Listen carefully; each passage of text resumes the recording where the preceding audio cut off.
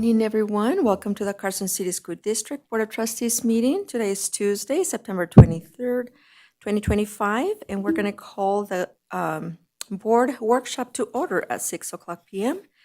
Agenda item number 1, roundtable discussion among board members and staff addressing the following topic. For discussion only, no action will be taken. Presentation and discussion regarding the nutrition fund in the Carson City School District. Welcome, Spencer and Elizabeth. All righty. Thank you, Madam President, members of the board. Good evening. Happy to be here again and continue our workshops of discussing various funds that we use to take care of our school business. So we've had kind of some grouping of funds that are related. So in previous evenings, we've handled 1 or 2 or 3 or sometimes more, or the general fund, of course, which is very robust. Tonight, we just have the Nutrition Services Fund, which is not really related to any others. So we'll get on with that discussion and let you ask all the questions you have and go from there.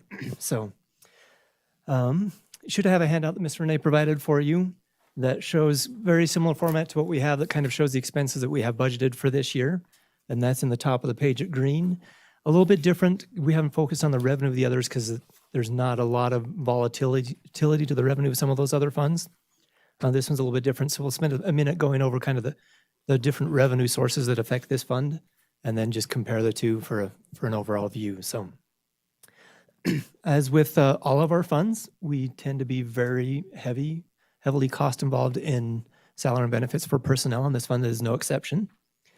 So we have 2.1 million, almost 2.2 million budgeted to cover our 45 positions. Strike that, 44 positions. Our admin assistant is actually funded out of general fund for simplicity of if she were funded out of nutrition services, but then did any other tasks that weren't related to that, then we would have to deduct that. So we have just to make that funded there. I do have it listed here as an admin assistant, but technically she is not funded out of this. I want to make that quick correction. Really quick, Spencer, where is she located? In our nutrition services office, which is our operations center. Excuse me. So then it's a total of 43? 44. 43 Yeah. plus the admin, is that correct? 44 including the director, which is Elizabeth here with us. So we also have 2 Chartwell's employees that are dedicated 100% to us they work only for us, but they're not our employees. We'll get a little bit to where that cost is covered a little bit later. So we have 8 cafeteria managers. That's all of our kitchens, including the central kitchen. And they handle some of the ordering, inventory, those types of things there, a little bit more than just our cook bakers. And then we have 35 cook bakers spread across our kitchens based off of the needs that each site has. And then, of course, our director that keeps the ship afloat, and the admin assistant we discussed who assists greatly with that. So that is a good chunk of our costs. Again, following kind of our same format, our professional services, which is contracted services, we have 1.9 million budgeted for that, and this is money that's all paid to Chartwell's. It comes in a couple of different things. We have our Chartwell's management fee, which essentially covers the salary costs for the 2 Chartwell's employees that are dedicated 100% to Carson City School District. And then there's a flat fee per meal, the flat fee that's the Chartwell's management fee. And then the per meal fee, which is based off of any meal that we serve, and there's a little bit of a ratio for snacks, a la carte pricing that comes up to a meal equivalent. And that's included in there. And then our food costs. So Chartwell's does all of our food purchasing. They have a lot better purchasing power because they're buying for the whole region rather than just us, and results in some better costs, lower food costs than sometimes we could achieve on our own. And with some of the agreements they have, we get rebates back. And so those usually end up being a couple $100,000 a year of rebates of food cost savings. So all of that rolls into that $1.9 million. And food costs and like paper products, those types of things, consumables that are served along with lunch. So other items we budget for is our program materials and supplies. This includes a good bulk of that is commodities that we have to budget for. There's federal commodities that we receive food from the federal government, and we have to expense its monetary value, even though we received it as a commodity. And then, so it kind of is a wash because we have to show that expenditure, but then we also receive that as a revenue. Some of our utilities in there that are can be extrapolated and tied back directly to kitchen costs. And then kitchen cleaning supplies, if you think, serving gloves, all those kind of things, some of those consumables that aren't being put on a tray for children are expensed out of there. I have utensils in the description. That would be serving utensils, not eating utensils, if you understand the difference there. And then we also budget another $250,000 for equipment. That's going to be very large, industrial type mixers, steamers, bakers, ovens, those types of things that we have quite, we have each of our kitchens set up, and as things wear out or are getting near the end of their useful life and it's getting to be not cost effective to repair them, we replace those as needed. And so all told, that costs us $4.6 million a year. Any questions thus far? Questions? Comments? No, looks good. All righty. I'll go ahead and move to the blue section, which is our revenues there. And this one's a little bit different because we receive federal funding based off the National School Lunch and School Breakfast Program. That's where we get a bulk of our funding, but then we also, for students who don't qualify for free or reduced lunch, we get their per meal funding. These budgeted numbers are provided to us by Chartwells. They do an analysis and workup for us, and we use that for our budget. And oftentimes, it's just that. It's a budget. It's our best guess in May before the school year starts, and then we can amend these in December when we amend the budget, as we have a little bit of data to see how the year's trending. Are we serving more meals than we did the year prior, less meals, and we can adjust that as accordingly. It's been kind of difficult over the last 4 or 5 years where every year has been different in some way, shape, or form for the nutrition funds. But we've budgeted for just over $1 million in receipts of our meal sales. So this is going to be school breakfast, school lunch. If a student receives a reduced meal price, the portion they pay is included in this. And then any a la carte sales or student, teacher meals, adult meals. Adult meals and a la carte, I think it was about $60,000 last year. It's not a lot, but it helps out. And that's all included in that daily meal sales. Our federal sources, so this is going to be the money the federal government provides to us per meal based off number of meals served. And the amount's going to be obviously different for free and reduced and a full fare meal. That totals up to $2.8, almost $2.9 million. And again, as we get through in December, we have a good chunk of months behind us and kind of see where things are trending. We'll adjust these data kind of based off what we see. State sources, we receive a small amount of a state match that was slated to go away when the PCFP happened, but it did not. So we still receive that, and it's very welcome because we need every dollar we get here. That's budgeted to be almost $35,000. And then the commodities that I discussed earlier, they're kind of a wash with our expenditures. We're anticipating to get about $270,000 with that. And so sometimes we have some of that can be carried from one year to the other, so that amount might be slightly more than what we have expensed. And that's why you see we have $250,000 budgeted in expenditures, but we're receiving $270,000 revenue. We never have a freezer that's all the way empty. So some of those commodities, just the way it's penciled out from being an actual product to dollars, usually ends up with some inventory on hand. So all of our revenues that we're anticipating this year is $4.2 million, which you can see is less than our $4.6 million of expenditures. So if you look at the net deficit of this fund, we're going to be about $350,000 in the hole when it's all said and done, based off our projections done in the final budget. And so our nutrition fund does have a fund balance that would cover that, so we're not anticipating a general fund transfer to cover that. So Where would those funds be coming from? So in previous years, particularly the couple of years where we had universal free meals, we had a surplus in the nutrition fund. And so that funds can't be transferred out. It has to stay in the nutrition fund. So we have kind of a little bit of a rainy day fund in there that will cover a couple of years of deficits. Okay. When looking at, the deficit, the first thing that would come to my mind is increase the price of the daily meal. Is that something that is set by state or federal government?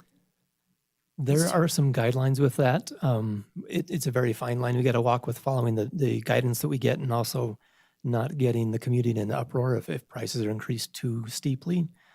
And again, just kind of also supply and demand. If we outprice people from using it, then all of a sudden we're serving less meals and can actually lose money on an increased price. So it's a tightrope walk. I don't know the exact formula, but we generally have been pretty conservative in our increases just because, and also we don't want to price out people that have the most need, the people that are kind of in that bubble that don't qualify for free and reduced, but maybe don't have the income of a comfortable household for What food is the security. price? It depends on the grade. So for lunch for elementary school, it's $3.50, I believe. Could be wrong. I have it on my notes behind me. For middle school, it's $3.75, and for high school, it's $4.25. And we kind of do that because the kids have access to like salad bar. They have access to extras. Typically, little kids take less, so we make it a little bit cheaper for them.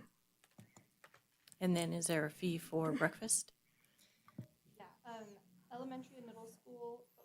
There we go. Elementary and middle school are $175, and high school is, oh shoot, I forget if it's $275 or $250.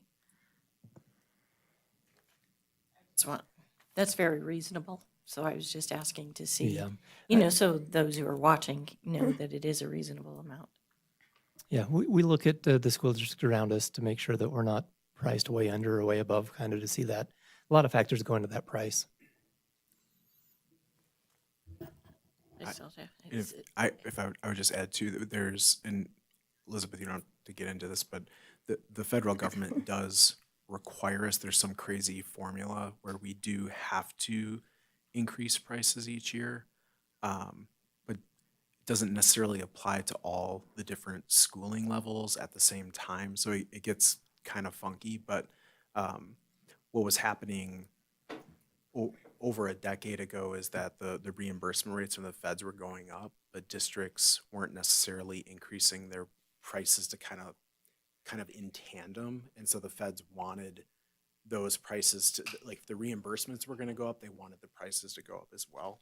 So that's something that I don't know exactly when that happened, but that's something every year Elizabeth has to go through this formula to try to figure out to meet whatever those federal requirements are.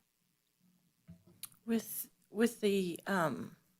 inflation, have you seen an increase in those who have been going to get breakfast and lunch that you're serving? This year we have seen a decrease so far. Last year we saw a decrease because not everybody was free. And with losing the universal meals, the stigma came back of only poor kids eat free meals or eat school meals.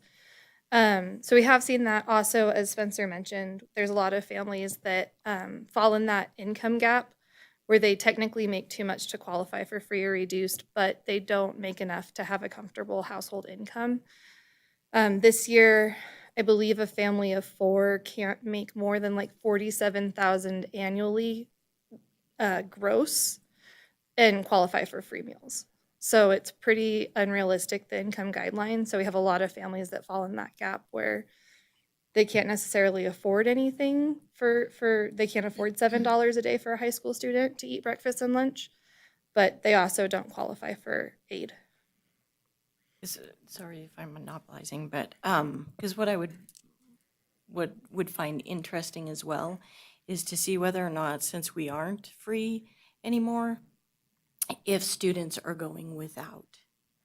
And that's what I think, would be important to, kind of see whether or not principals or anybody who would be able to identify that after this year, that if students are going without the breakfast or the lunch because it's not free, and whether it be the stigma of only, you say like the poor kids get, and if the families aren't able to get them, the sack lunches. I think that would be something. One thing that I've always kind of wondered too is whether or not it would ever be a possibility for the school district to do something like sponsor a student, or sponsor 10 students a month, and go to different service organizations different fundraising efforts to sponsor meals for kids who were maybe at that 55,000, where the family still really isn't making enough, but don't qualify for that free and reduced. Because what I would hate to see is students going to school hungry and being at school hungry. Yeah, and we do have some very generous donors, which is really nice. I have one person in the community who sends $1,000 a month to our Angel account, which we can use to help pay off debt and things like that. So kids don't have to worry about that quite as much. But unfortunately, the debt is growing at a much greater rate than donations are coming in. So I would love to figure out how to do that kind of research too and pinpoint those kids because it is really important.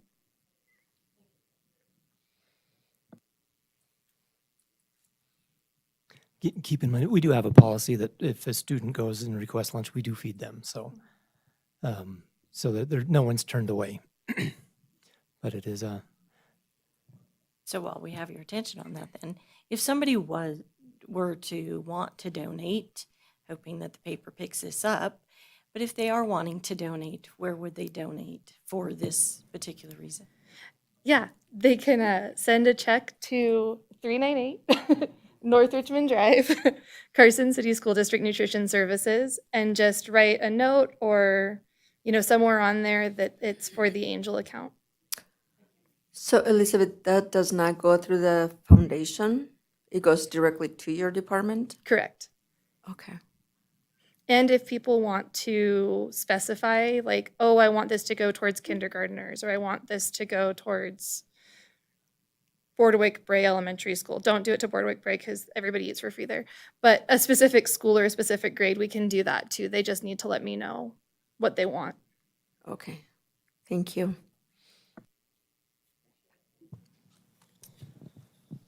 all righty. That is all I have to present. So any further questions regarding Nutrition Services Fund? Any other questions or comments? No? Okay. Well, if not, thank you so much for It's the same as school lunch. presentation. If We you hurry and eat appreciate fast, it. you get recess. Okay. Well, that concludes our board workshop, and at this moment, we will go into recess for about 15 minutes. We will continue with our board meeting at 6:30.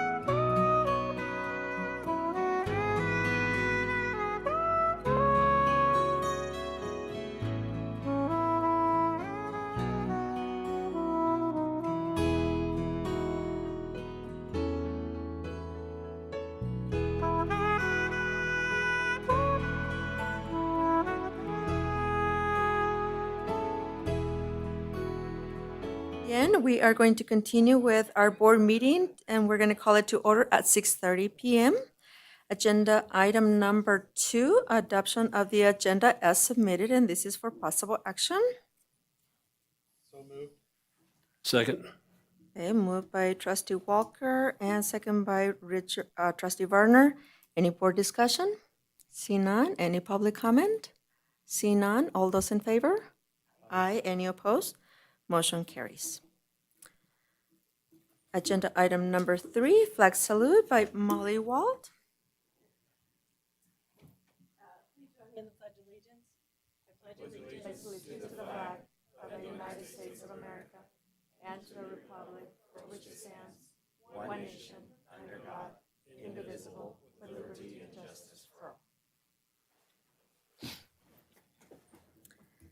Thank you, trustee Walt. Agenda item number 4, superintendent's report, and this is for information only. Superintendent Feeling. Thank you, President Ramirez. So quite a bit going on. First, here coming up soon on Tuesday, September 30th, we have Sonia Manzano, who played Maria on Sesame Street, that's going to be coming to town to speak to our kids and families, starting at our book signing starting at 5 p.m. and then speaking at 6 p.m. So that will be at the community center and should be a fun night. I don't know if Big Bird or any of the other characters from be Sesame Street joining. are going to be there joining, but I know Maria will be there.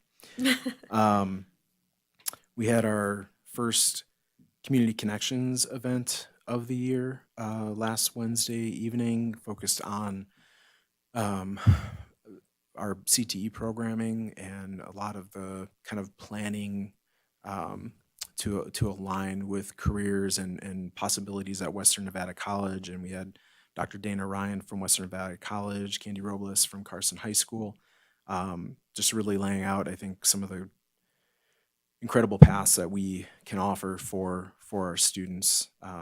So that was just it was a great evening. It was very well attended. So that was fantastic.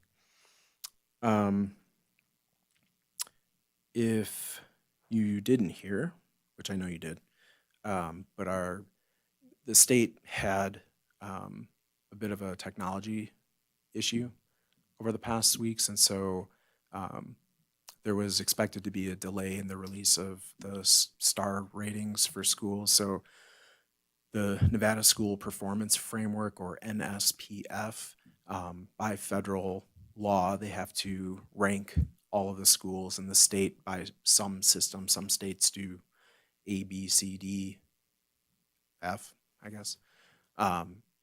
We have a star system in the state of Nevada, and so although I would offer that accountability system is very limited in its ability to judge the quality of schools. It's very narrow, especially for elementary schools. Our schools fared very well overall. Statewide, I think it was reported that 30% of schools increased their star scores. In Carson City, it was 56% of our schools, so 5 out of 9 schools. So well ahead of the state. So kudos to everyone, because everyone in the district makes that happen. So that's exciting news. In the elementary schools, we have the rollout of our new ELA curriculum. We had a presentation on that. I can't remember if that was last meeting or a meeting before. Amplify CKLA. It is a heavy lift for our elementary school teachers, and really just getting around the schools a little bit and talking with them. They're putting in a whole lot of effort to make that happen, and really want to just recognize our site coaches at all the elementary schools. We have Lacey Carey at Fritch, Carol Reed at Seeliger, Heather Horrigan at Fremont, Laura Ricks at Empire, Marla Churchill at Mark Twain, and what school am I leaving out right now? Bordewick, Lindsay Evans at Bordewick. They are trying to make it happen, and along with Pam Copperthwaite, who is here. So just really want to recognize all of our teachers and all of our coaches who are trying to make that happen. It's huge to roll out an ELA curriculum. It's also huge to roll out a math curriculum, and they just did that last year. So this is a lot on our schools, but we saw some real incredible growth in math achievement. So hoping to see kind of that same outcome on the ELA side this year, but just very excited and very grateful to all of those folks. We have coming, and I think I've mentioned this in email a little bit, but coming it's I think Wednesday the 22nd, Thursday the 23rd, and Friday the 24th of October. We have a group from there's a cohort out of the National Superintendents Association, AASA. They have a cohort called Redefining Ready that I've become a part of, and there's I think 29 districts nationwide that are a part of it, and we are going to be hosting the conference here at least on that Thursday and probably Friday here in the district. So I'm just really excited to have all those folks from across the country coming to see some of the great things we have going on and the opportunities we're providing kids. The focus of this group is for a long time, starting in the late 90s, it was all about every kid needs to go to college. Every kid needs to go to college. And then somewhere around like 2010 or so, it started becoming more like college and career, right? College and career ready. And this group kind of talks about too, there's these like life skills. And I think everyone recognizes that there's these basic life skills that we all need. And so the idea is focus on college, career, and life ready. So that's what this group is really focused on. And I think there's so much that we do to do all three of those. And there's clearly always room for improvement, but I'm just excited that we're going to be able to show off some of that. So I'll send out more information as I have that, but really looking forward to having them all here. Lastly, we have, I would call it royalty sitting in this room right now. If you didn't know, our Nevada Appeal education beat reporter, Jessica Garcia, won for the Nevada Press Association first place for education reporting at the recent awards. Congratulations. So we appreciate all of Jessica's work, and she's had a couple of recognitions down the road here, but always happy to have her here in the room. So with that is all I have. So thank you. Wonderful, thank you. And yeah, congratulations on that star rating increase. And it's, congratulations to you as a leader of the district and to everyone else who contributed to that, which is everyone. I'm sure it takes a village, to make that happen. So super proud of our district. Thank you. Agenda item number 5, board reports, board member comments, and this is for information only. And I will invite Cooper and Maggie to come forward and provide us with your reports. Cooper for Carson High School and Maggie for Carson High School Silver Campus. Welcome, guys.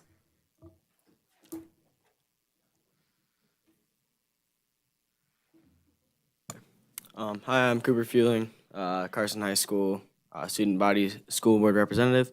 I don't really have anything written down today. I wasn't really prepared, but just a few things that are going on. Sports-wise, just still in the fall season. We've had some success in some sports, not so much in others, but we're moving along. I know this Thursday is for volleyball. There's a home game against Douglas, so that's a huge rivalry, and hopefully we should come away with the win. And then also this well, next week is homecoming week, so we're getting right into that. This Thursday is during our BA intervention period is the homecoming assembly. And then all of next week, Tuesday through Saturday, we have events lunchtime and at night, headlined by the football game on Friday of next week at 7 p.m. And then the homecoming dance is from 7 to 10 next Saturday. Sound like a busy schedule. Maggie? Good evening, members of the board and those here or not. My name is Maggie Uzel, and I'll be sharing Silver Campus's announcements this evening. Carson High School's speech and debate team completed their first tournament on the 12th and 13th of September. At McQueen, the team went into the tournament with determination and carried CHS and Silver Campus with pride. We like to highlight the team members who went above and beyond. First, Danny Shell, who ranked third place in novice impromptu and congressional debate. Ivan Romeo, who ranked third in senior impromptu. Captain Nasiah Perkins, ranking first in senior foreign extempt and third in senior Lincoln and Douglas. Captain Kyle Allen and Junior Claire Dillon, ranking first in senior public forum. And finally, Lexi Rope, ranking second in senior Lincoln and Douglas. We are very proud of the team, and we'll be competing again in Wooster High School on October 17th and 18th. Next week is homecoming week and Week of Respect. To celebrate, we have fun ways to dress up all week. The leadership program wrote professional invitations to the teachers and staff on both campuses and shared drinks of their choice with them to encourage them to attend and participate in the upcoming activities, such as the following dress-up days. Tuesday, Cowboy and Cowgirl Day or flannel. Wednesday, Western Showdown. Staff will wear blue, seniors pink, juniors green, sophomores purple, and freshmen red. Tuesday is White Lies t-shirt. And Thursday is White Lies t-shirt. Friday is courtesy of the red, white, and blue. A parade at 6:30 p.m. and a football game at 7 p.m. Saturday will be the dance from 7 to 10 p.m. in Senator Square. The Week of Respect is the same week as homecoming, so Silver Campus will be organizing activities during lunch.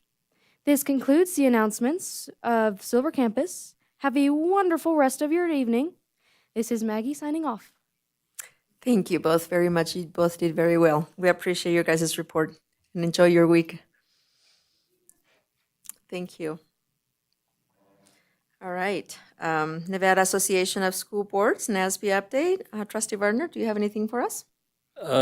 Just one thing is the committee that's going to be reviewing the award nominations.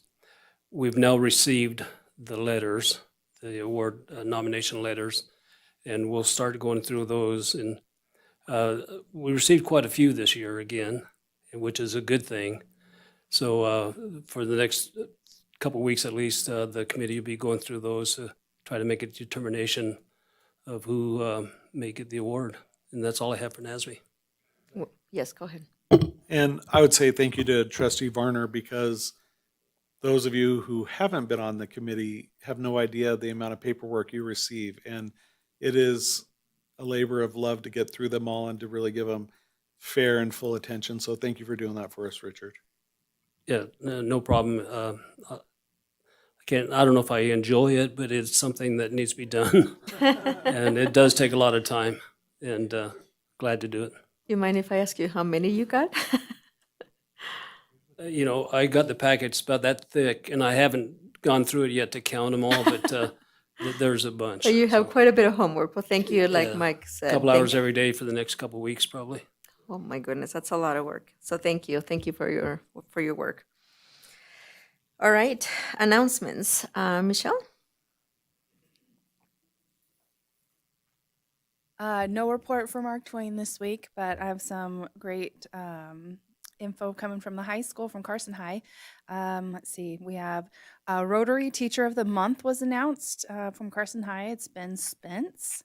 He's the Social Studies Department March Teacher of the Month.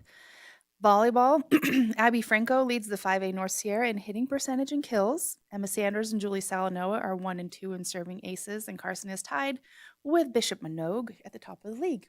So big high fives to girls volleyball. And to Mr. Spence, of course. Indeed. Soccer is just getting warmed up. The girls have a 1-1 record. Boys are 2 and 2. Both teams have games on Saturday. We're seeing growth in our football team. Coach Nelms, he has stressed being good young men and having sportsmanship throughout his program in the games. Their team has exhibited class and grit, which is a true testament to what it means to be a senator. Nelms and his staff have made a commitment, and it's paying dividends on the turf and in the building. Boys and girls tennis continue to battle with local rivals. They played Reno today, the girls at home and the boys away.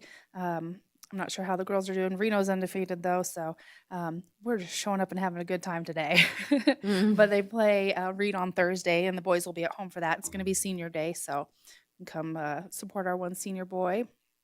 Our cross-country team, Friday they went down to Woodridge, which is one of the top competitions in the country, and did some good running. And I know some of them got to stay and spend some time at Disneyland, so that's always an exciting adventure for the cross-country kids. Many things going on at our school as the community moves to fall. We're hosting Family Engagement Summit on the 20th. That happened already. Homecoming, as they said, is coming up on the 25th for the assembly, and then the dance the following week. And then I have a little bit more contributed by Principal Carson. Says also, our student body president, Kyle Allen, who I know we've had a chance to meet here a few times, he was confirmed as a nominee for the 2025-26 U.S. Senate Youth Program representing Nevada, which is pretty awesome and kind of a big deal. It's an honor just to be nominated. Now we wait for the application and interview process to see where Kyle ends up with that, which is a pretty good spot for him. He's very personable, so hopefully he sails through that really well. Also, we've worked very hard on shoring up our PLC process and behavior matrix procedures with our commitment to implementing the Yonder pouches in our classroom. So much of our discipline data has been reduced, including physical fights, which has been 0 so far this year, which is awesome. Very nice. And all negative interactions with the teachers. PLC process is allowing our teachers to learn together, ensuring our students are learning the essential standards set by our teacher teams. It's been a great start. Staff members are putting a lot of time in the right kind of work. So big kudos to Carson High for what sounds like a great start to the school year and a pretty strong first month. So thank you to you and your staff for all your hard work and making sure that happens. A lot happening. Thank you so much, Michelle. Rebecca? All right. So from Fremont, they had a fabulous fall festival, and they're so grateful for all their community partners that donated in order to have bounce houses and a dunk tank. And we're excited to be able to advertise those partners on our fences. They've got big banners out, so they'll advertise those throughout the year out there on the front fence. And then they were able to secure money for a fabulous good attendance award for students who missed less than 12 days for the year this upcoming spring.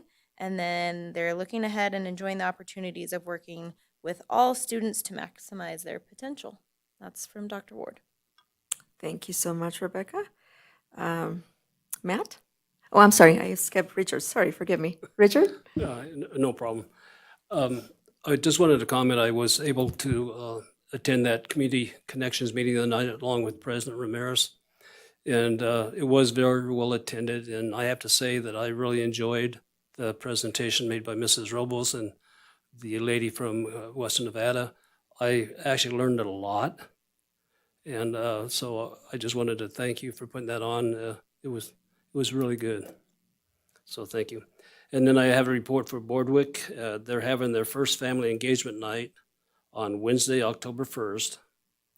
It is a pumpkin patch night, and they will be having lots of fun activities. And please join them from 5:30 to 7 p.m. Also, their cookie dough fundraiser begins this Friday and runs for 2 weeks. They would like you to consider supporting their school by purchasing some delicious cookie dough and other items that will be delivered before the holidays. And I got to say, I have purchased cookie dough from them before, and it's pretty good. So if you have a chance, go ahead and help support them. And then for Fritch, they're excited to share that they have 20 families interested in their parenting partners program, which begins on Wednesday night. The program will take place on Wednesday nights from 5 to 6:30 p.m. for the next 6 weeks. And that's my report for tonight. And that was from Fridge, did you say? Yes, from Fritz. Okay, thank you. Excellent. Matt? Thank you. I have 2 reports tonight, one from Carson Middle School in Eagle Valley. Thank you for both the principals and staff being here tonight. From Eagle Valley, we have the Week of Respect is coming up October 6th through the 10th. Dress up days will be the following. Monday, October 6th, we are stronger as a team, wear any jersey. Tuesday the 7th, turn off bullying and wear black. Wednesday the 8th, keep the peace, tie-dye peace symbol clothing. The 9th will be respect our military, camo or military wear day. And Friday the 10th will be a blue out, wear blue to stomp out bullying day. Also, a post was shared with parents regarding employability skills that are now being used for citizenship grades. So if they miss that, please check their parent square. After school homework club has begun. Transportation Home began this week, and homework club is Monday through Thursday after school until 4 p.m. And there's also ESL support provided daily as well. And lastly, from Eagle Valley, the students that made or showed some growth on their SBAC last year, their 5th grade teachers came to the school to recognize them and applaud their achievements. So we thank you for that. And lastly, if I can find it, my apologies. From Miss Robinson over at Carson Middle, they had a great turnout for their back to school night last week. She hopes the families learned a lot about Carson Middle School and enjoyed meeting their children's teachers. This Friday is the Hero Lunch, and we invite families to join their students for lunch. They can bring a lunch or purchase one from the nutrition department for $5, and information can be found on Parent Square. So that's all I have. Wonderful. Thank you, Matt. Molly? Yes, thank you. From Miss Virgil from I have to start over. So she states that they are off to a strong start at STEMpire, not Empire. STEMpire. So that's why I had to start all over again. So they're off at a strong start at STEMpire. A community garden and class hydroponic plants are all taking off beautifully. Adrian Wiggins has Green Biz Kids up and running to allow the students to manage all of it. And they are also getting started on their second STEM tank with many exciting improvements to students' sustainability projects. And don't forget that their fall festival is October 17th at 5 p.m. I have another announcement. So at the Rotary meeting, not today, but last week, Miss Riggins was there with the Interact Club. And so I'd like to ask anybody who's interested in joining the Interact Club at Carson High School. It is a student-led service club that carries out meaningful community service projects. To please seek out Mrs. Riggins. Please know that they are projects that help the Rotary Club as well, and the Rotary Club is who sponsors the Students of the Week and the Teachers of the Month as well. And I'd also like to thank Christine Perkins for attending the CHIP meeting. As I mentioned at our last meeting about the transportation and trying to do the Quad region, she was the only one who attended from any school district in the Quad region, but her input was extremely invaluable. We learned a lot, and I'm hoping that you did as well, and that we can kind of find some solutions for our transportation needs. Thank you. Thank you so much, Molly. Mike? So smooth sailing at Seeliger Elementary School. They have completed fall assessments, and they are making plans for another successful year with the Pirates. And of course, there's lots of celebrations with their 4-star rating, which they're very proud of, and always a humble group. Carrie asked them what they wanted for a celebration, and they wanted Costco cake. So they had the taco bar and Costco cake, and there's lots of smiles at Seeliger. That concludes my report. Yum, that sounds good. So for me, from Dr. Molden, I was informed that she submitted a grant with the Carson City Foundation for the full $2,000 in order to obtain outdoor furniture and games to begin creating an engaging and cooperative space for students to come to feel connected while encouraging attendance. And she added this, isn't the old saying, if you build it, they will come. So I think it will work. That's from Dr. Molden. And I too echo Superintendent Feeling and Trustee Varner on the magnificent turnout of attendance at the Community Connections.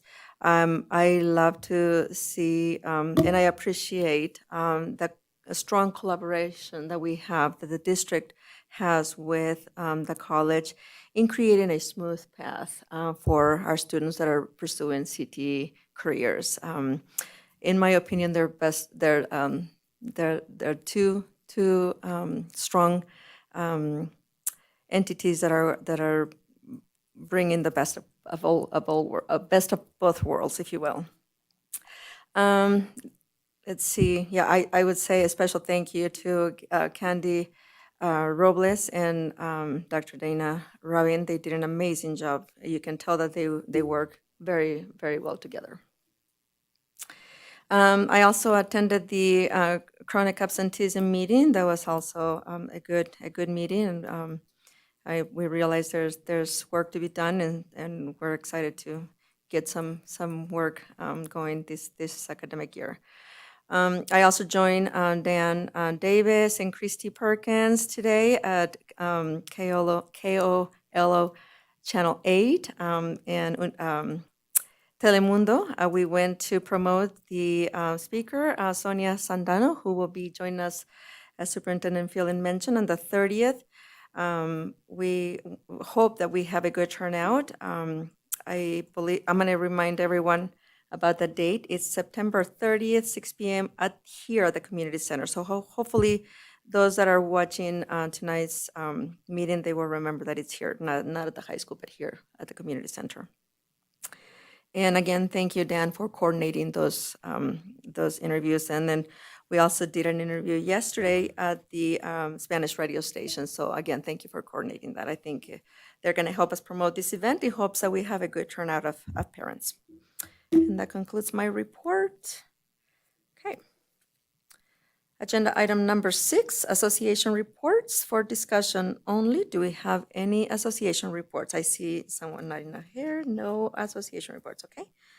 Agenda item number 7, public comment. Do we have in-person public comment?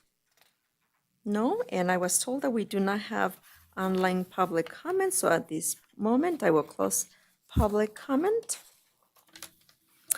And moving on to agenda item number 8, informational update on the Carson City School District Nutrition Services Program. And this is for discussion only. Welcome back, Elizabeth Martinez.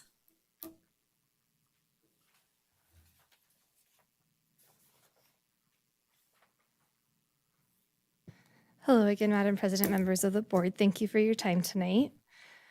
So I'm going to try and make this short and sweet.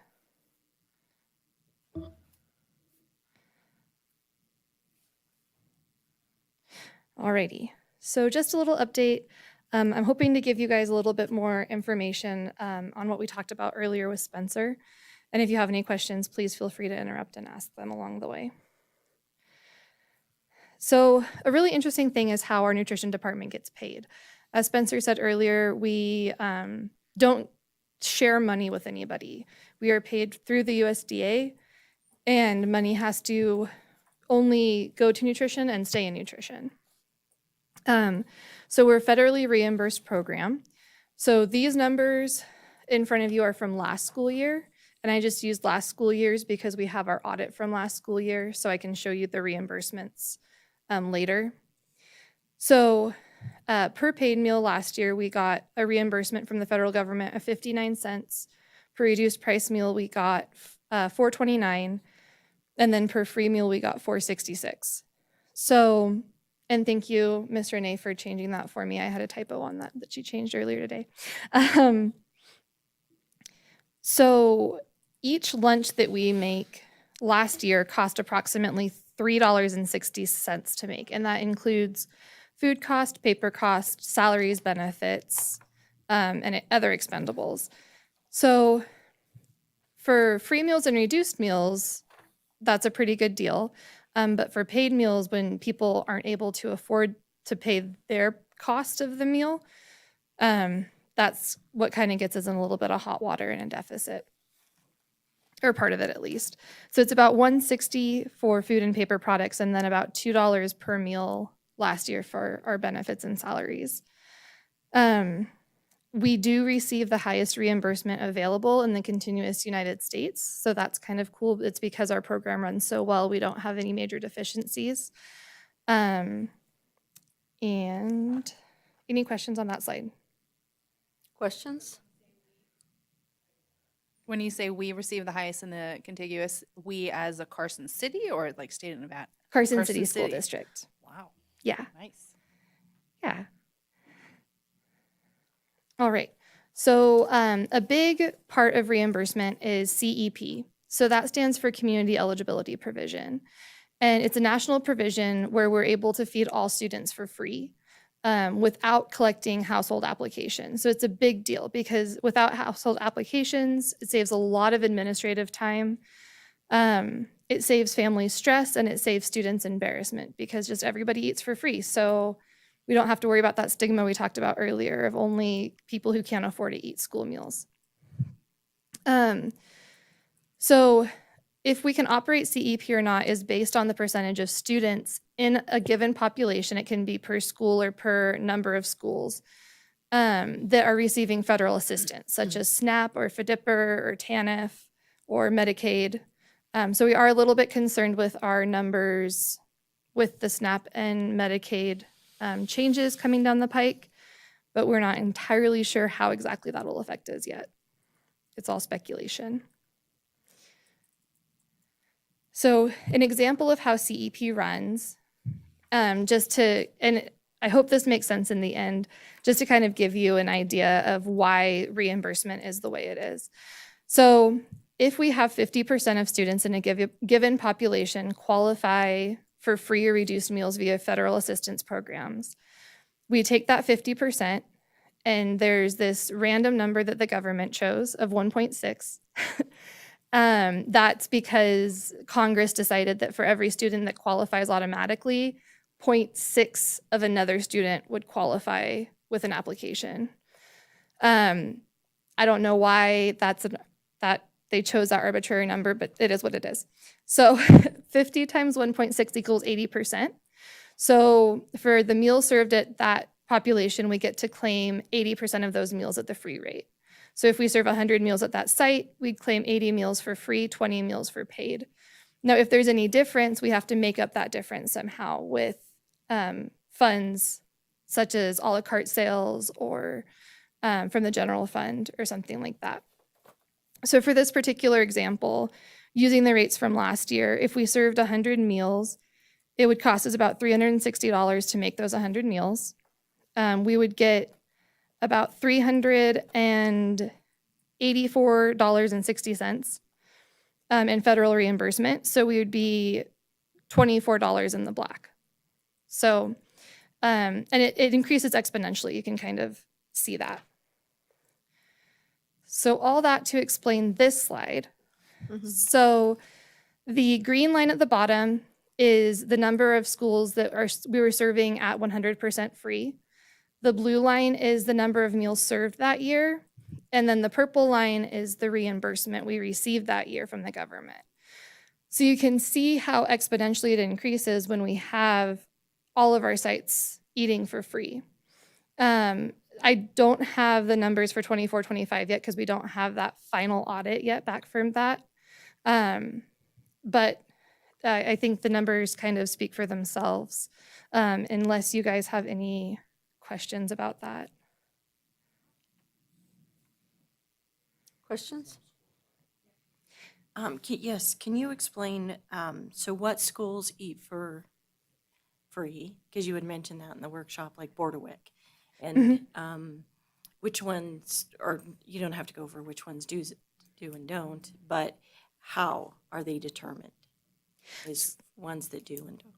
Yeah, so from from school year, well, midway of school year 1920 when COVID hit until school year 22-23, we were able to feed all of our students for free. 23-24, we had to decide what costs we could eat for that. So that's why we went down to 7 schools, and then YUC in 24-25, we went down to 6. And then this school year 25-26, unfortunately, we're down to 5 schools. And it all has to do with that percentage of students that qualify. There are other provisions, but it's kind of a good thing and a bad thing at the same time. Because if you've got students, a high percentage of students that qualify via federal assistance, it's not great because it means your economy in your area is not great. But it means you get a lot of reimbursement for your meal program. And the converse is true too. If you don't have that many people qualifying, that's great for your economy. Hopefully it means your families are doing better, but your program suffers from it. So this year we have Bordewick, Empire, Fremont, Mark Twain, and Fritch that we are able to feed everybody for free there due to the percentage of students that qualify there through those federal programs. And if I could add, one of the interesting things that we've been tracking, and I don't know how to explain it, but I would have expected this direct certification rate. So that's this like federal, what percent of your families are qualifying for federal assistance that is a part of this calculation. That number has actually been falling, and I don't think we really expected that. But so from 2 years ago to last year, the numbers started decreasing, and I think this year too we're seeing a decrease in those percentages. And it's not something we control. Like, we're getting that information reported to us, and so but that number is so important to figuring out if the CEP program, if you run that, if it is something that is financially sustainable or not. So I get, as the year goes on, and Elizabeth, is it every 2 weeks you guys run those numbers, or every month? I forget how often you run those direct certification. Twice a month. Twice a month. So it's something that we will have kind of relatively real-time information, and we'll continue to track as the school year goes on.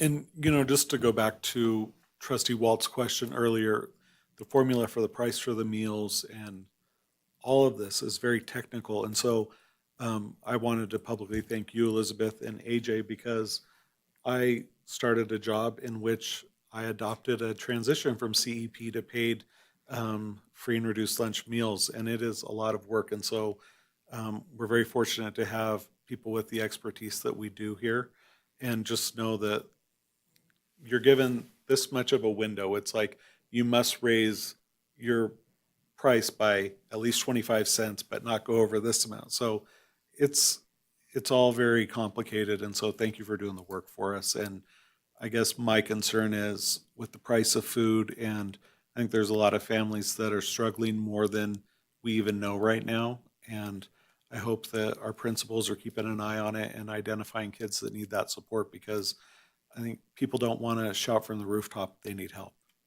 Yes. Thank you, Mr. Walker. On that note, because you had mentioned too earlier that no one gets turned away. So would you know about how many free, ones that come up that don't get turned away, that they're not really on the program, but they're not paying either. I don't have a number in mind. I do know that right now our unpaid debt is about 39,000. So that kind of gives you an idea of it's quite a few. Can I clarify, when you say that a kid doesn't get turned away, it's not that here we have this free lunch we're going to give you. It's we feed you and then what you should have paid gets negatived on your balance. Correct. We used to have a different charge policy, and I don't know if you guys remember over the summer speaking with Spencer and I about changing the charge policy, or it wasn't last summer, sorry, it was the summer before, changing the charge policy because we used to have a cap where if like a full price student reached $15 of debt, they'd get a replacement meal, which just meant they got access to the salad bar and milk. Because of, well, first off, we want to feed kids. That's what we're here for. And second off, lunch shaming and how big of a hot topic that has become. We have changed the meal policy. We're monitoring that debt and we're hoping it'll go down. But we might need to think about rechanging that charge policy in the future too. Unfortunately, I hope we don't.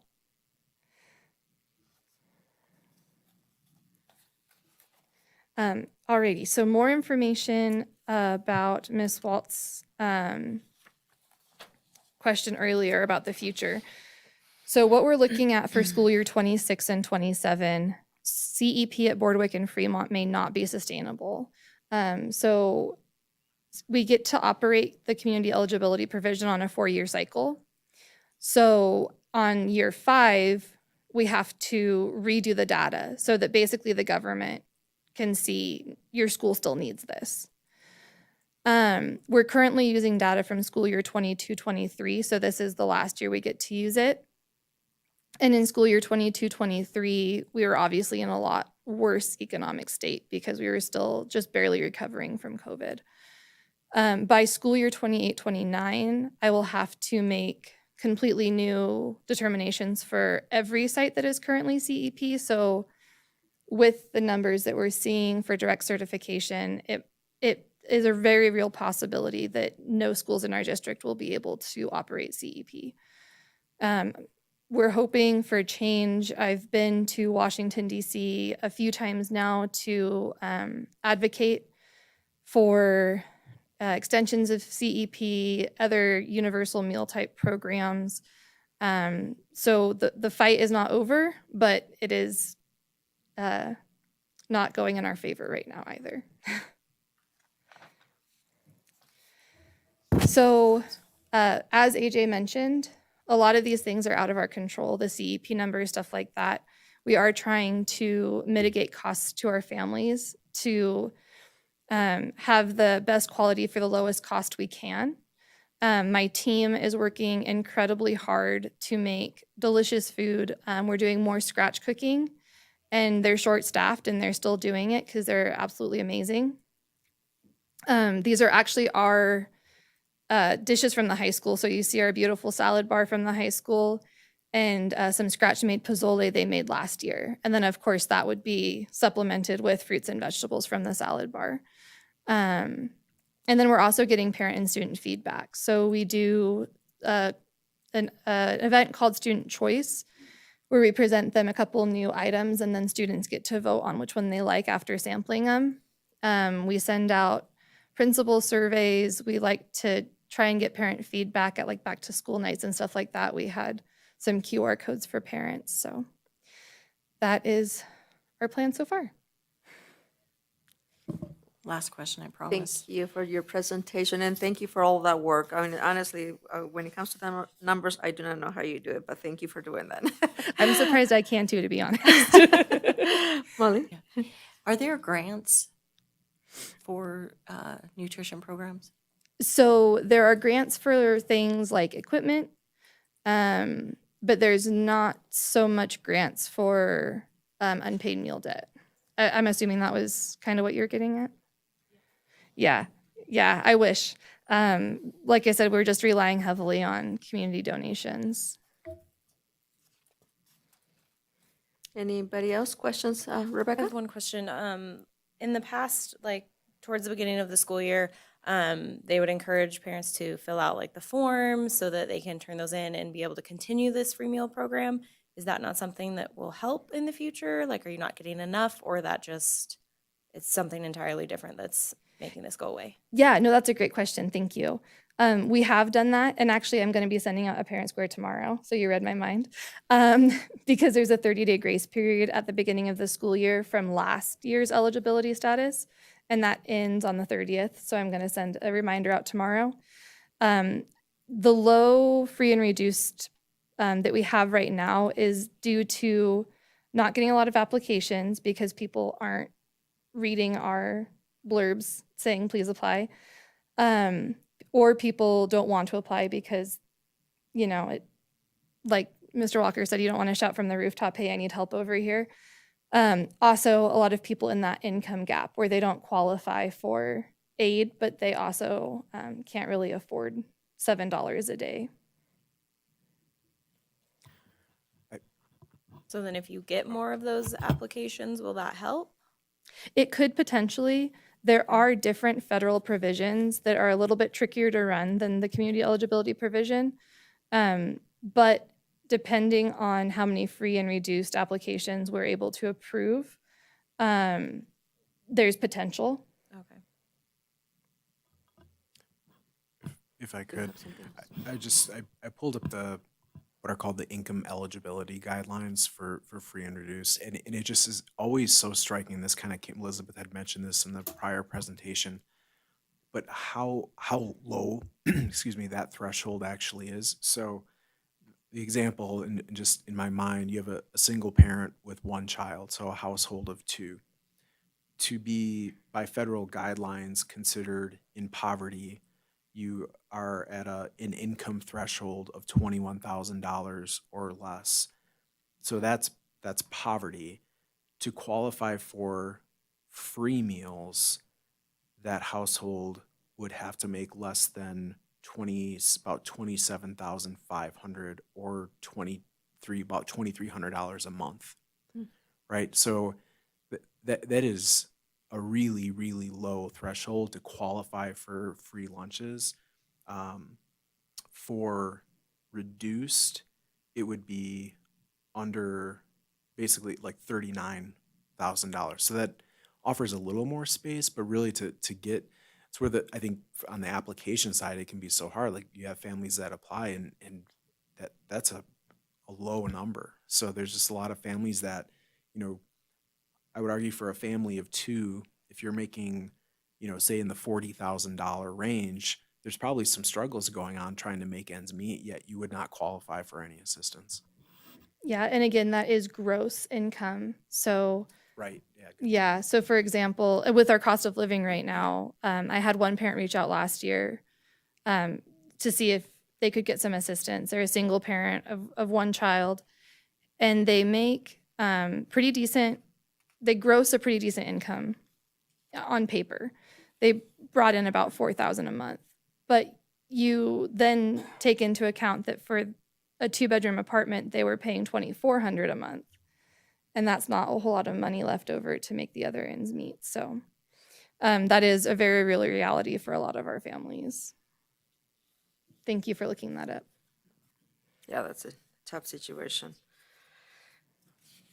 Well, again, thank you so much. I think you have provided us with a lot of information. We appreciate it. Thank you so much for your time.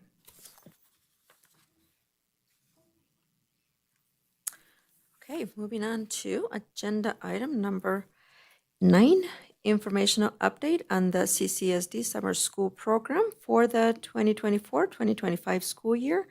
And this is for discussion only. And we welcome Shanna Woolrich, Dan Carstens, Gina Hope, and Amy Robinson.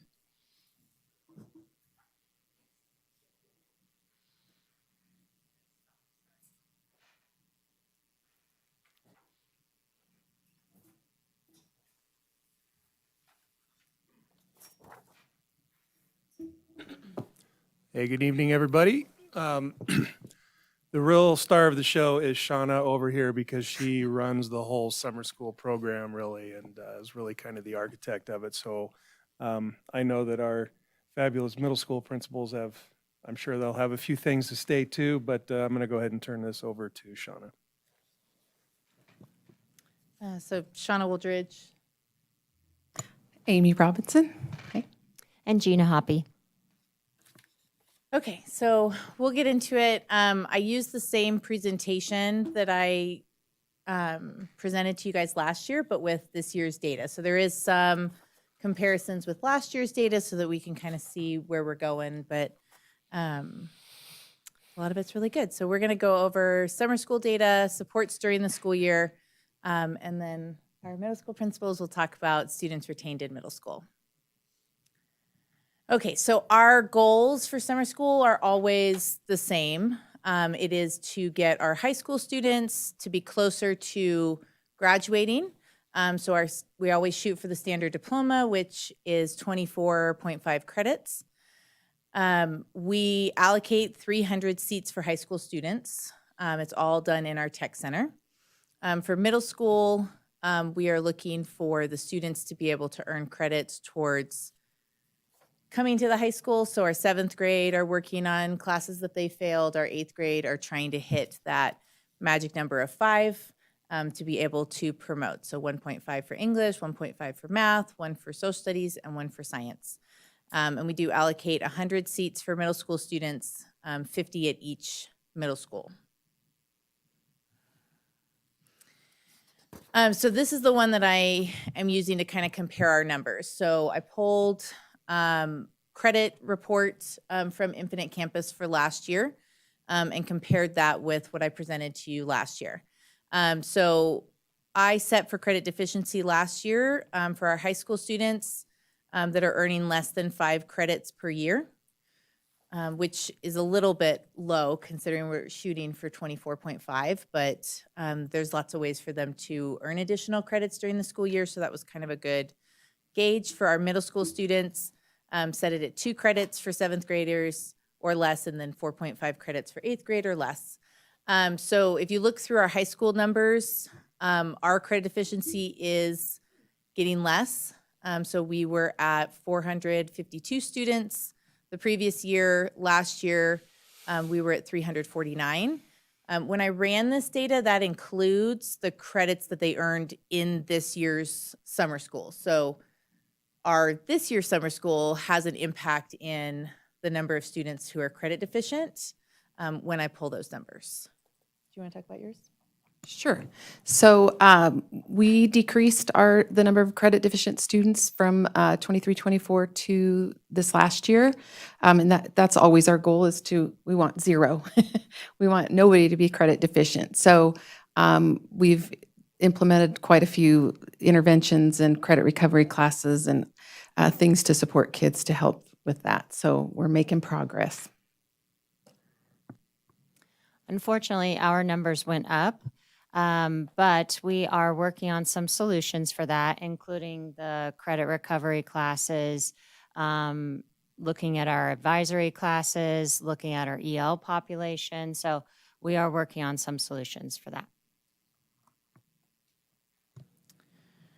Okay, so getting into it, our numbers are down from where we previously have been over the last couple of years. Since I took over, we have maxed out the start of the year and then added additional ones. So we have been at over 300 served for high school, over 100 served for middle school. Because we implemented having students pay for the classes, that did have an impact in our overall numbers. So we had 203 total students from the high school. That being said, our percentages are up from last year. So we had 194 students completed at least one class at almost 96%. We had, that's supposed to be I think that's supposed to be a 4. I think, my goodness. We did have 503 total courses started. I do know that one's right. I think it's 449. I do know the percentage is correct, so that one's a little bit off. But anyways, we did have 98.2% of our classes finished. We did have 9 students withdrawn, 6 for attendance, 1 for discipline, and 2 did not complete a class. But that's down by more than half. We were at 23 students last year, so quite a bit down. We still had 25 no-shows. For Carson Middle and Eagle Valley, we were right around 40 students for both. Carson Middle students, we had 100% completion for the students who started with us. With Eagle Valley, we had one student who didn't complete the class who was withdrawn for attendance. And then that was one class that didn't get completed. So those percentages are right around 98 and 99%. So really great. Did have some no-shows from both of the middle schools, 8th graders from Carson Middle and then 7th graders from Eagle Valley. Yeah, of course. So when you talk about going to a paid system, you know, part of me understands the tough love component, and then part of me worries about the kids who can't afford it. So do we make deals? So maybe a family can't afford to pay for that credit, and maybe we'll allow them to enroll, and if they pass the class, there's no fee. I mean, do we make arrangements like that, or? So I will show you what the impact had on that, because there are lots of ways to qualify for getting the classes paid for. So we had actually a very small percentage of students who actually paid for classes.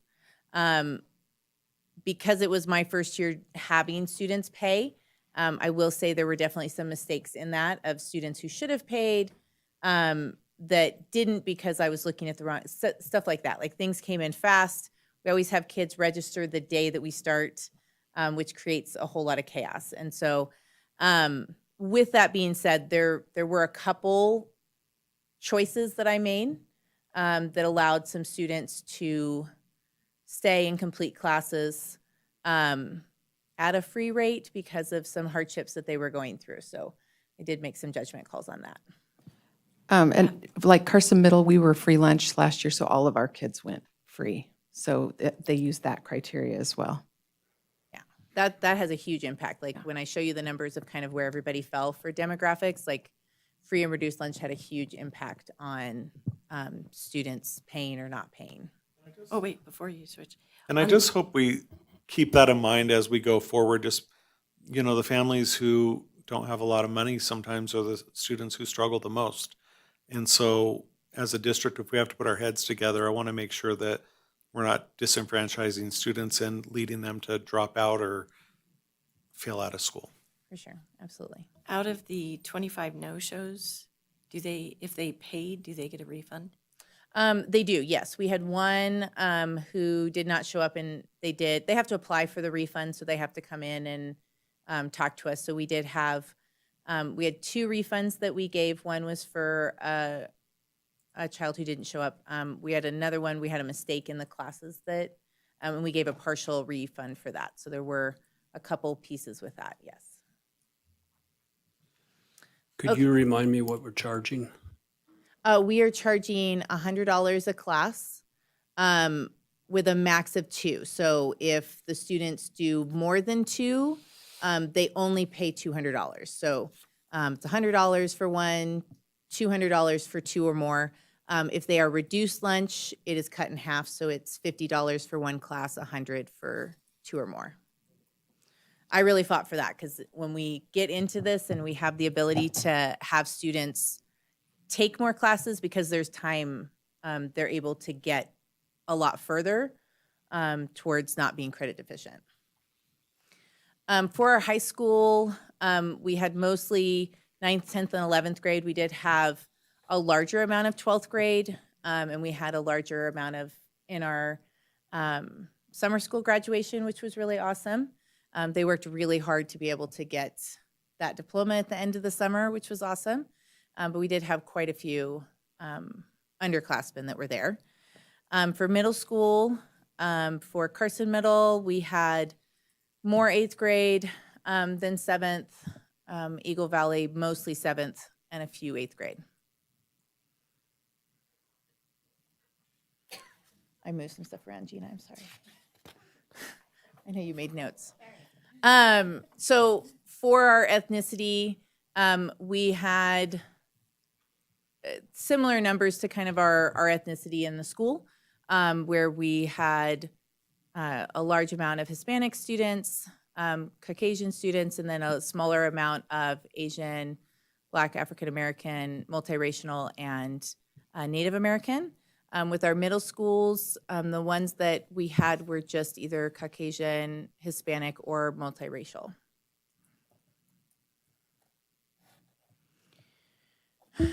So in our students paying, we had 39 students at the high school that paid for classes. Most of them had their fees waived, mostly due to free and reduced lunch, but also McKinney-Vento, English language learners or special education. Eagle Valley had 3 students who paid for classes, and most of them were waived for the same thing. And all of Carson Middle students were waived.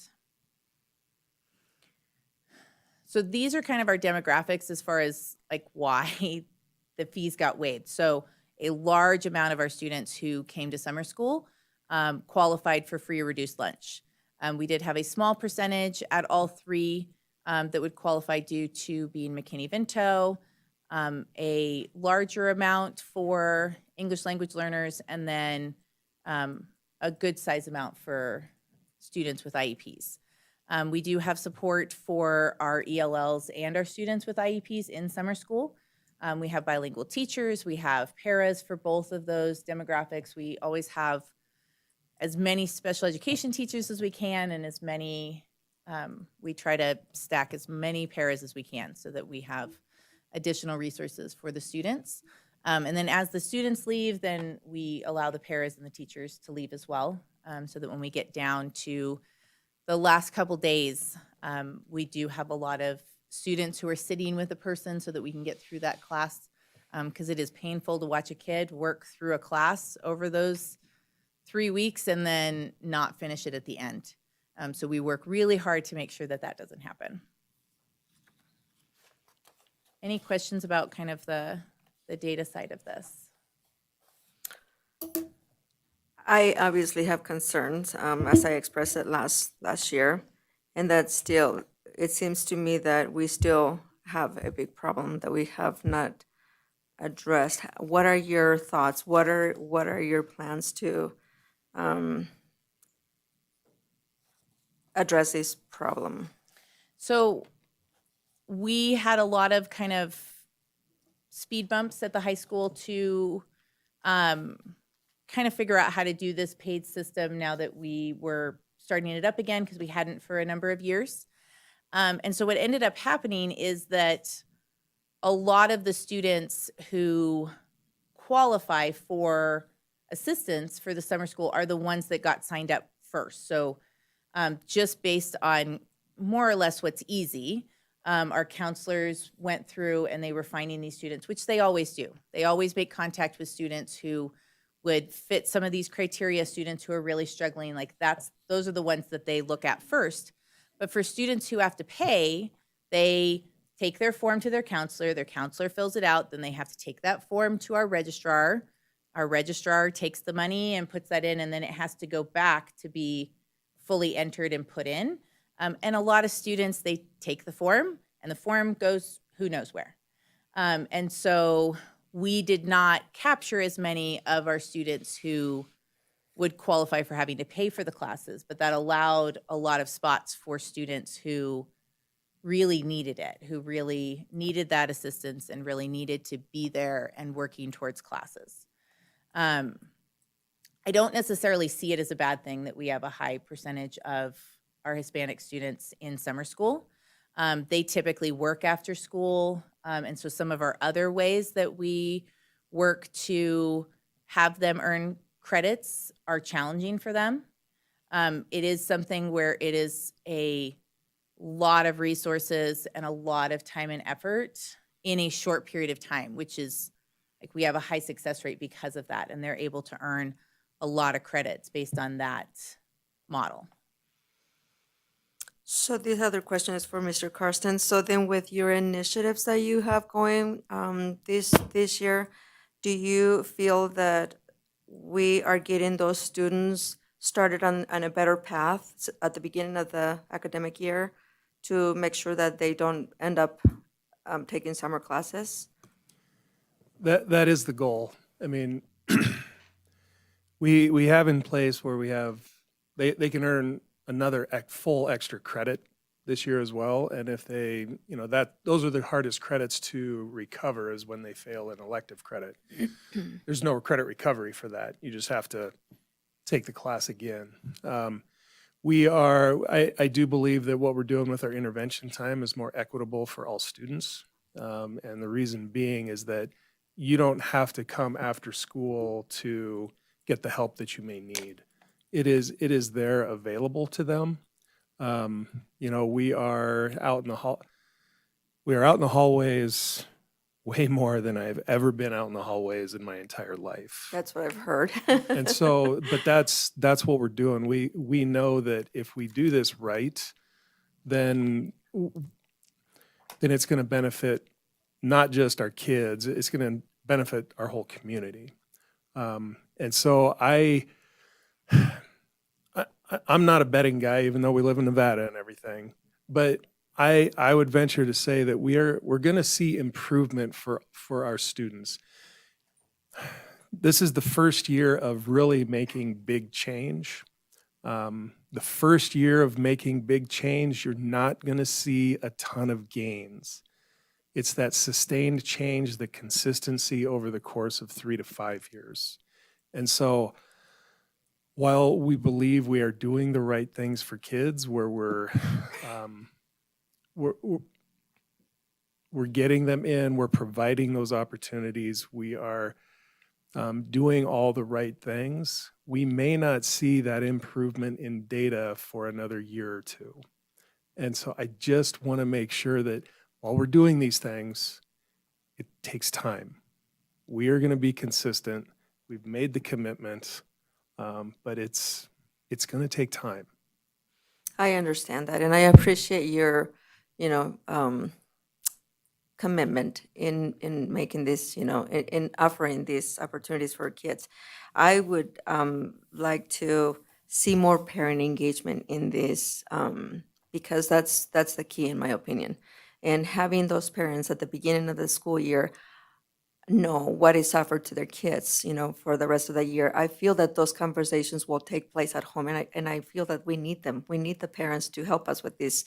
We cannot do it alone. We need them to be part of these conversations. So I would encourage you guys to have more parent meetings, and increase awareness to the parents of what you guys are doing. Funny you should mention that. That's one of our internal goals on our admin team, is to have at least one parent engagement night per month throughout the school year. Not a game, not a sporting event, not something that's already there, but to try to engage with our parents, and not just come on in here, we're going to give you some info. It's got to be relevant. It's got to be meaningful to both the parents and the kids. And so we have, we started with our open house. We have everything lined up to get kids engaged in school, not just, hey, come to classes, but these are all of the activities, all of the clubs that we have going on. We're starting to plan a Dia de los Muertos at the end of October. And then going into November and December, we're looking at what we can do there. Looking into the second semester, we're trying to match some things with what happens when you don't graduate, what happens when you do graduate, certification programs, work-based learning, college degrees, all of those things. And so we're looking at putting those things in the evening. So we've had those discussions, and we're starting those plans. Thank you. I appreciate it. I know that that's a lot of work, but I feel, again, so strong about getting the parents to be educated about, all the good work that the district is doing to get in there, to get their kids to graduate. So thank you. And I would just say that it makes sense to me that you would have a higher percentage of multilingual learners that are needing remediation, a higher number of students who have learning disabilities. And so I think it's twofold. And so those intervention blocks are really key to meet them where they are during the day and give them the help they need, but then also engaging the families and providing that communication. And so I think it's just standing strong and really making sure that you're getting out there and helping those kids and building relationships with families. It's a heavy lift. It is. You mentioned the different stuff that you're implementing this year, and it would be consistency that we're going to see in the future. With those implementations, are they starting at the middle school as well? Of what you're doing, so then you're kind of teaching the kids how to attend Carson High? We've had a lot of preliminary discussions with our middle schools. While I don't think they're doing exactly what we're doing, we are having those discussions. And they already have their advisory periods, and I'll let them speak to that. So we do the intervention courses, and we've got them at every grade level. So it's not as school-wide as like what the high school's doing, but we identify kids through our MTSS process to, to be in intervention classes and credit recovery classes to get that support. And in fact, we're meeting tomorrow to figure out how we can really maximize that time for those kids. We also have a multicultural, a family event coming. We're expanding from last year. Lupe came so we're going to have dancers and everything. So it's pretty cool. But yes, inviting the families in to get them comfortable with the environment and really educating them, I think, about credits. When it's such a big change from elementary up to middle school, and just that whole credit conversation. And I remember being here last year and talking about, let's start that conversation earlier. And we are working on that. We also have, our kids are going to go to our 8th graders are going to the high school this month to look at the CTE department, to start making those connections to the high school. So we're really working on expanding all of that so that we start reaching out to more kids and them seeing the relevance in why we're here and why we're in school and how they can grow as they move to high school. I love that. I think it's wonderful to get them excited about career paths, get them to start thinking about, what do I want to do? This is what's waiting for me at the high school, so I like that. That's great. I would also just add that our EL department, as I familiarize myself with everything Eagle Valley, they are also working on Paris supports and what they are doing even for our newcomers and for that population.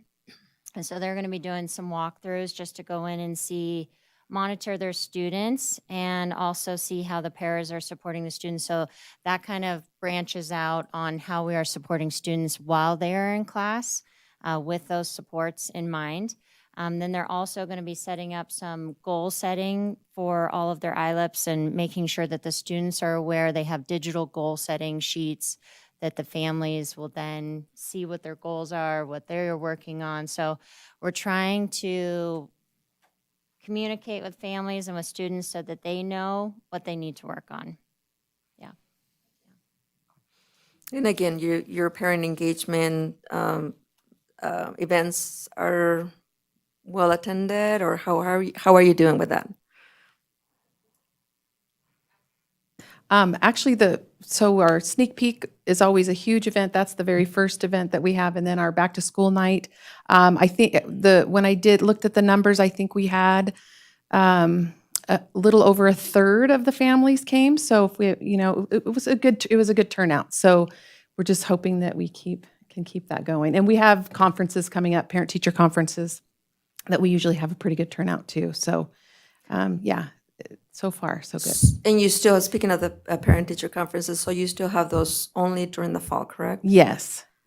Are you considering doing them in the spring, or is that still? So they up in aren't the air? on the master calendar, so Okay. that would be it. But it could definitely be something that we would consider as we create that, moving it. But it is something that has to be on that calendar because it's those minimum days Sure, for I a week. understand Yeah. that.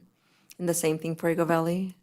We're trying to plan an event before spring break so that we can get build up to that. So we are working on a huge event for the school.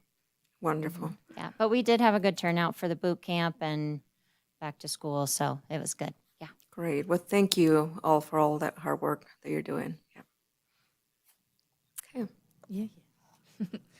Okay, so going back to kind of how summer school went.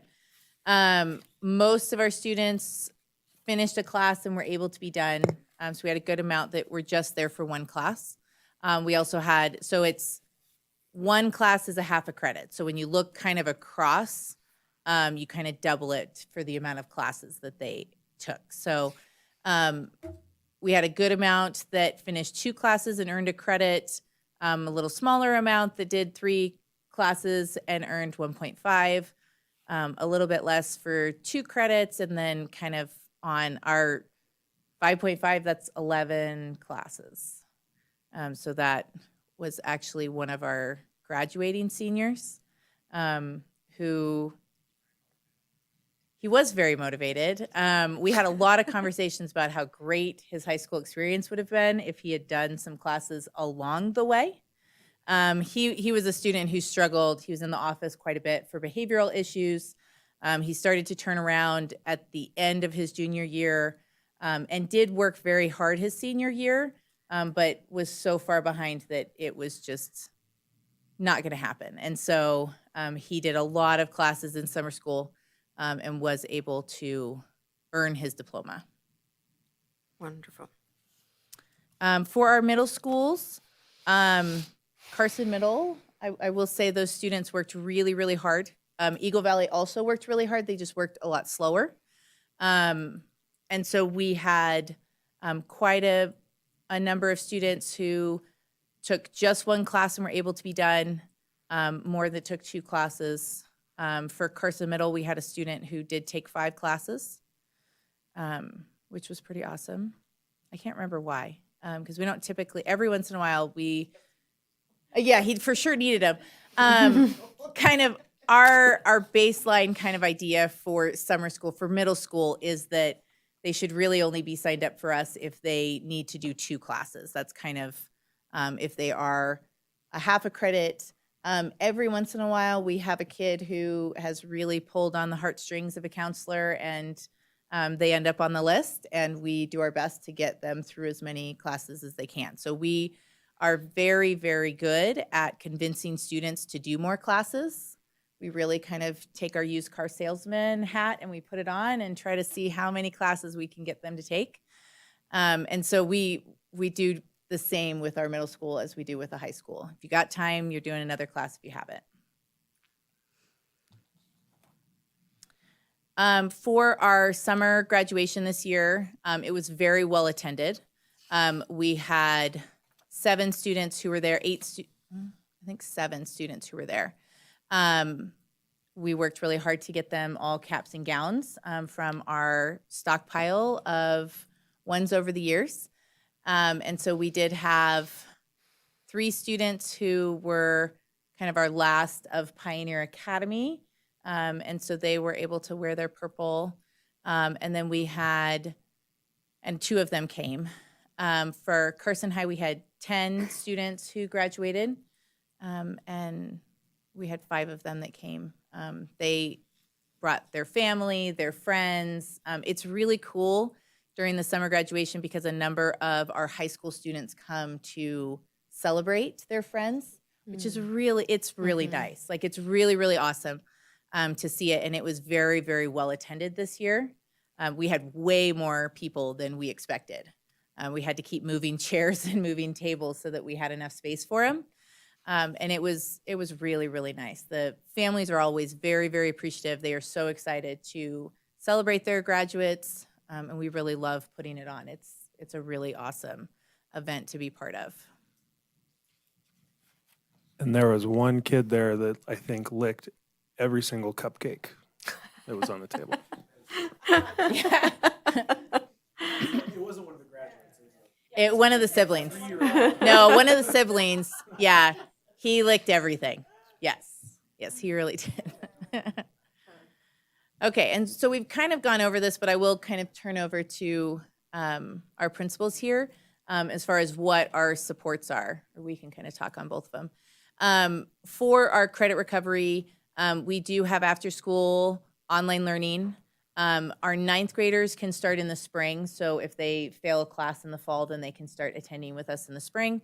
But we try to get in our 10th grade and our 11th grade. We don't have a lot of 12th grade students that come for after school, but some of them do if they just have one class. because most of our credit deficient 12th grade are enrolled in an online learning class. So they have a class in their schedule where they are doing that. We have also implemented as part of our intervention block, credit deficient 12th grade students are working on online learning classes, credit recovery classes, in their actual classes. So they are in with, their government teacher and they're working them through some classes. And so that's been working pretty well, just as our first little bit with it. Last year, we started our Power Hour program with some after-school tutoring. We're going to be starting that up again in October. We also have online tutoring through paper. Our intervention block expanded this year. We hold a lot of parent-teacher conferences on ways to support students and trying to find some individualized supports that'll help them. For attendance, which is such an impact on our credit deficiency, our intervention specialists, conferences with parents and students to implement restorative attendance contracts, counselors, social workers, and teachers communicate with our families to offer support, and we really work to advocate to our students and families to attend classes and why that's important. All right. Carson Middle, we also have credit recovery courses. We start the second semester of 7th grade. So if they don't pass math or English, their first semester, that's their first opportunity to earn credits is 7th grade. So if they don't pass that first semester, then we start them in that credit recovery. And interventions as well. We have some courses that we've started instead of being online credit recovery, it's credit by exam. So they are actually getting some instruction from the teacher and then they're working through those benchmark assessments to earn their credits. So they're getting that kind of intervention at the same time, which I think is that live instruction is super important for them. We have for academic support, we also have our after school program is starting next week. We have an intervention math teacher who teaches that, and our interventionist does a homework club and intervention with paraprofessional support for kids with IEPs and ESL kids. So that will be starting up. We also, our grading policy, we've worked with our teachers on really assessing what kids know and are able to do. And a lot of times, like in the middle, it comes to October and they've got a lot of zeros and they start to give up. They're just like, well, I'm never going to make it out of this hole. And so part of our grading policy is that teacher needs to work with the students to find a pathway to success. So there is a way out of the hole, and still feel good about that they've earned a passing grade. I mean, it's not just passing kids, but knowing that they can do the work that's required for a 7th or 8th grader in that subject area, but not by making up every single little assignment. So they find that pathway. We have our math and ELA supports, their intervention courses. All of these kids go through our MTSS Tier 2 and 3 process. So we're looking at them all of the time, looking at their test scores. They can move in and out of interventions. So if they need an intervention course, but or a credit recovery, but they make progress and they earn that credit, they can move back into their elective. So there's some incentive to do that. And if you look at the correlation between kids who need credits and their absenteeism rate, usually it's a pretty high correlation. They're usually chronically absent. So that attendance support is really important. So we really work on just building their attendance and rewards for good attendance and working with parents in that area.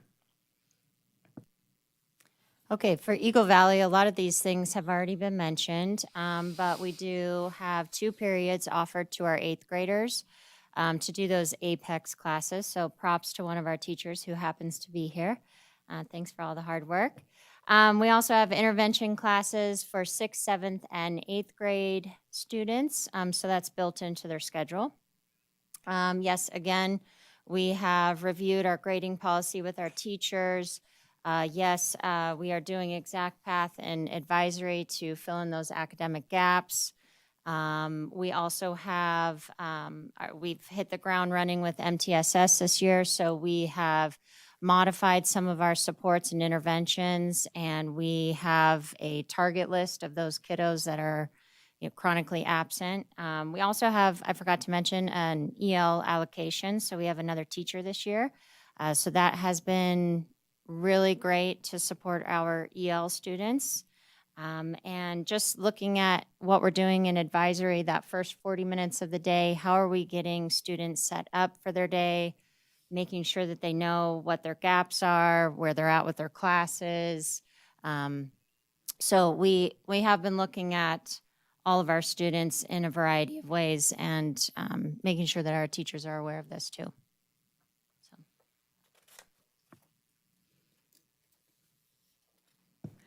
Retained students. Carson Middle School, we retained 3 students this year. So that is down from last year, which is good. Our goal obviously is to not have to retain anybody. Of those, 4 of them were chronically, I'm not sure how that worked, but they were they were all chronically absent. And I believe one of them was a student who's moved around a lot, so it's hard sometimes to even see what their credit history is. So those are always challenging. But yeah, those are 3 of them that were, and so we immediately put supports in place for those kiddos with interventions and credit recovery and working with families. And we have 2 students that are currently at Eagle Valley that were retained. So yes, we are monitoring those students through MTSS and using incentives and quarterly recognitions for the students that those 2 students along with all the rest of the students. If you retain 5, what happened to the other 3? They are just no longer enrolled at Eagle Valley. Yeah. And that is the end of our presentation. Obviously open to questions. Thank you so much for your presentation. I know that you guys put a lot of work into this, and we appreciate it. Questions, comments? Matt? So I don't want to be a pessimist when I ask this question. I'm curious. So I appreciate that kids are able to knock out a lot of classes. I like that with credit recovery and stuff. I know our goal is to graduate kids. But when the kids are taking, like, let's just say 5 classes, so I think it looks like we had about 15 kids take 5 classes in 3 weeks.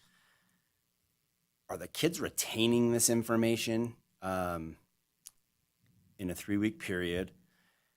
And I guess with that, I wonder, are we doing what's best for them versus retaining them? And I don't know, like, the drawbacks. I mean, I guess I would understand the drawbacks of retaining them, but my concern is, are we just passing them, or are they learning? And I ask that because I think about our job is also to set them up for a successful future and learning how to be on time and to turn things in on time. And the average job is not going to say, hey, just do this in 3 weeks and you're done. And so I guess what I'm curious is, are we letting them take that many classes? Is it okay? So our credit recovery classes are set up for a student who has sat in that class all year, got close to passing, but was just not able to pass. And so I say that because they're in a full online class. There is a good amount of work that they go through. In our credit recovery class, there is a pre-test that they can take that can basically waive units if they are able to demonstrate that they understand the curriculum at enough of a level. And then they still have to take the unit test at the end of that unit and then the final at the end. There's no waiving those. We have struggled with these kind of impacts of COVID and absenteeism. So our typical student may not have sat in that class the whole year. And so some students need more help than others. Students can do work outside of class, and a number of the students who look like it's over 3 weeks, they got a lot of classes done. Those are students who are going home and they are working through the curriculum at home. They're coming back to take the tests and are able to move through it at a quicker pace. Most of them are hitting pretty close to what our kind of recommended parts for classes, which is 20 hours per class. Because we did have, I think, 15 days this year. They're there for 6 hours. I mean, that's a good amount of time, even in a short period of time.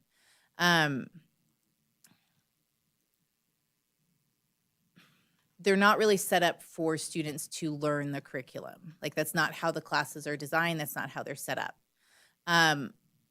They do learn along the way. There's students as they get into the higher levels. So our ninth grade classes, they can typically kind of get them done fairly quickly. When they get into the higher level math classes, they end up sitting with our math teachers for a good chunk of time working through the curriculum because they get stuck in different areas. So there is learning that is being done as they go through those courses.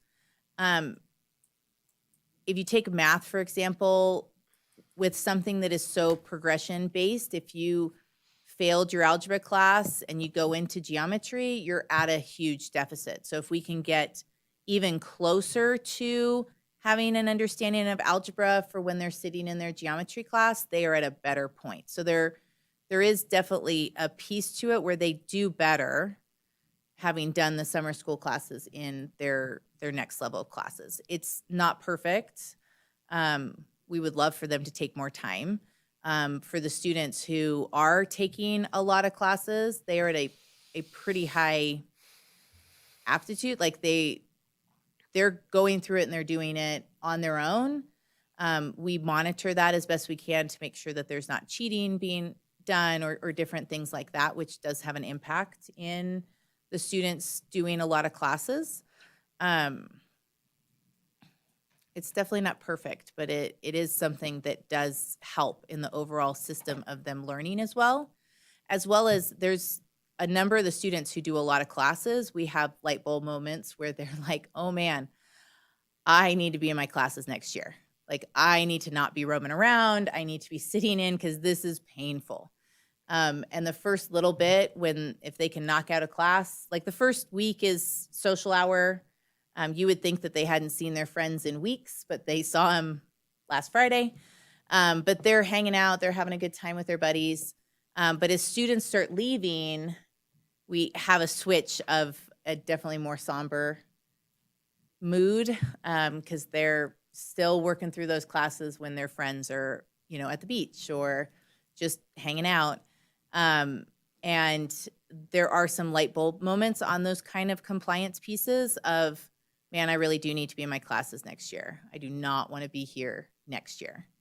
Not for all of them, but for enough of them. I like the conversations I have with kids during summer school because we kind of make plans for the next year. Like, hey, how's this going to go? Like, am I going to see you next year? Even with the middle school kids. We don't have a lot of the 7th graders that are in there. We don't have a ton of them return as 8th grade. The ones that we have as 8th graders just blew it off their 7th grade year. And so then it's like, okay, am I going to see you next year? No, I'm going to get all of my credits. Okay, cool. Like, I hope I don't see you next year. Which is, there's definitely a benefit to it. I could speak to the middle school part of that too, because that's definitely a concern I have that, and I see kids say, I'm not going to worry about this because I can just do this in summer school. And they know they can get through it quicker. And we know that there's a lot of difference between sitting online at a class and actually sitting in seat and getting good instruction. And so I've actually already started talking to Mr. Bringhurst about maybe changing that a little bit on what does that summer school look like for kids that might benefit them more going into high school. Maybe teaching them how to be better students. Like, what is it? What is a credit? Why is this important? How do you study? And doing some tutorials that build their skills, but maybe not worry. And we're at middle school, we're lucky. We have a little different situation because it's not the high school. It is the end of the road, right? They have to have those credits. Middle school, we have a little wiggle room because it's kind of up to me whether I have to retain them or not. And sometimes in middle school, retaining them, sometimes I think if I retain this kid, this is going to be the last year this kid's in school because they're not going to do this again, And so coming up with ways that we can support them, have them understand the importance of earning those credits as we go, and not relying on that online is our goal for sure. I appreciate the answers. I by no means am I communicating like, hey, let's retain these kids. Like, that's not what I want. I just, I hear a lot of the complaints about the schools, and in my job, I see a lot of kids that just don't have the skills, but they've been moved on, and they're not hireable. Like, they can't write sentences. And that's my concern, is when we're saying, like, this kid takes 5 classes and he passed an English class and he can barely, read a full sentence or write an adjective clause or whatever it is, which I probably can't even do anymore. But I just have that concern. And I just, for our sake as a school district, I want to make sure like we're not just pushing them through to get the statistic that we want. Because I would rather not have a statistic than and let a kid get a good job one day. We're really hoping that our intervention block is going to help with that.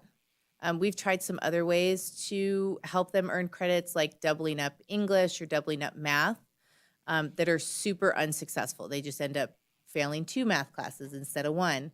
And then they're also out an elective class, which is almost impossible to earn any other way. It's a good response to a bad situation kind of thing. We are, working through different things like Exact Path, which they have been doing in the middle school. We're doing it more widespread at the high school this year to help get some of those gaps filled in, to help this problem. This is just one part of a much bigger puzzle. It's just a piece of the puzzle that's very expensive and does get a lot of kids through. And so I always love coming and talking to you guys about it, because it's something that I do see a lot of value in, as something that helps a large number of students be able to be more successful moving forward. All of those pieces, I mean, literacy rates and the ability to do math and all of that is such a huge issue that we are all working so hard. And our elementary schools are working so hard to address, and it's such a big, giant problem. Yeah, just real quick. Credit recovery is a double-edged sword, is really what it comes down to. If you look at the research behind it, you're not getting a ton of learning from it. What you are getting a ton of learning from is through this MTSS process, our intervention time. If you look at the way it's designed, and that's a conversation for another night. I'm not going to get into everything about it. If you guys ever want a presentation on how it's designed and how it works and the research behind it, you let me know. I'll more than happy to share everything that we're doing. But also with credit recovery, sometimes we don't have a choice. We're graded. We are out there in the court of public opinion, and sometimes it's just, this is what we have to do to get these kids across the stage. Is there a ton of learning? I don't know. Is there some? There's some. But again, like Shauna was saying, these kids have been through these classes. They take these pre-assessments. They've obviously absorbed something somehow, right? But at the same time, it's not a perfect system. But sometimes you have to have a response in order to help kids get through it. If they didn't get through it, they would know even less. And that's the thing. I think the bottom line is kids deserve a second chance. And this is a second chance, and most of us, if we mess up in our jobs, we get a second chance unless we do something really bad. So, I mean, it's not a perfect system, but it is a system we're working to perfect. And so I thank you guys for doing that work. And I know I sound like a broken record when it comes to parent engagement, but again, if we have those parents at this, to discuss these plans, like to Matt's point, it's like, is this really beneficial to the student, yes or no? I think the parents should weigh into this, into making those decisions. So again, parents should be part of these conversations. So thank you. Shauna, we know that you do everything you possibly can to get these kids through the summer school, and we appreciate all that work, and all of you. Thank you so much. We appreciate you all for supporting it. Thank you. All right, agenda item number 10, presentation and possible action to adopt the CCSD Restorative Discipline Plan for the 2025-2026 school year as required by NRS 392.4644, and this is for possible action. Welcome, Christy Perkins.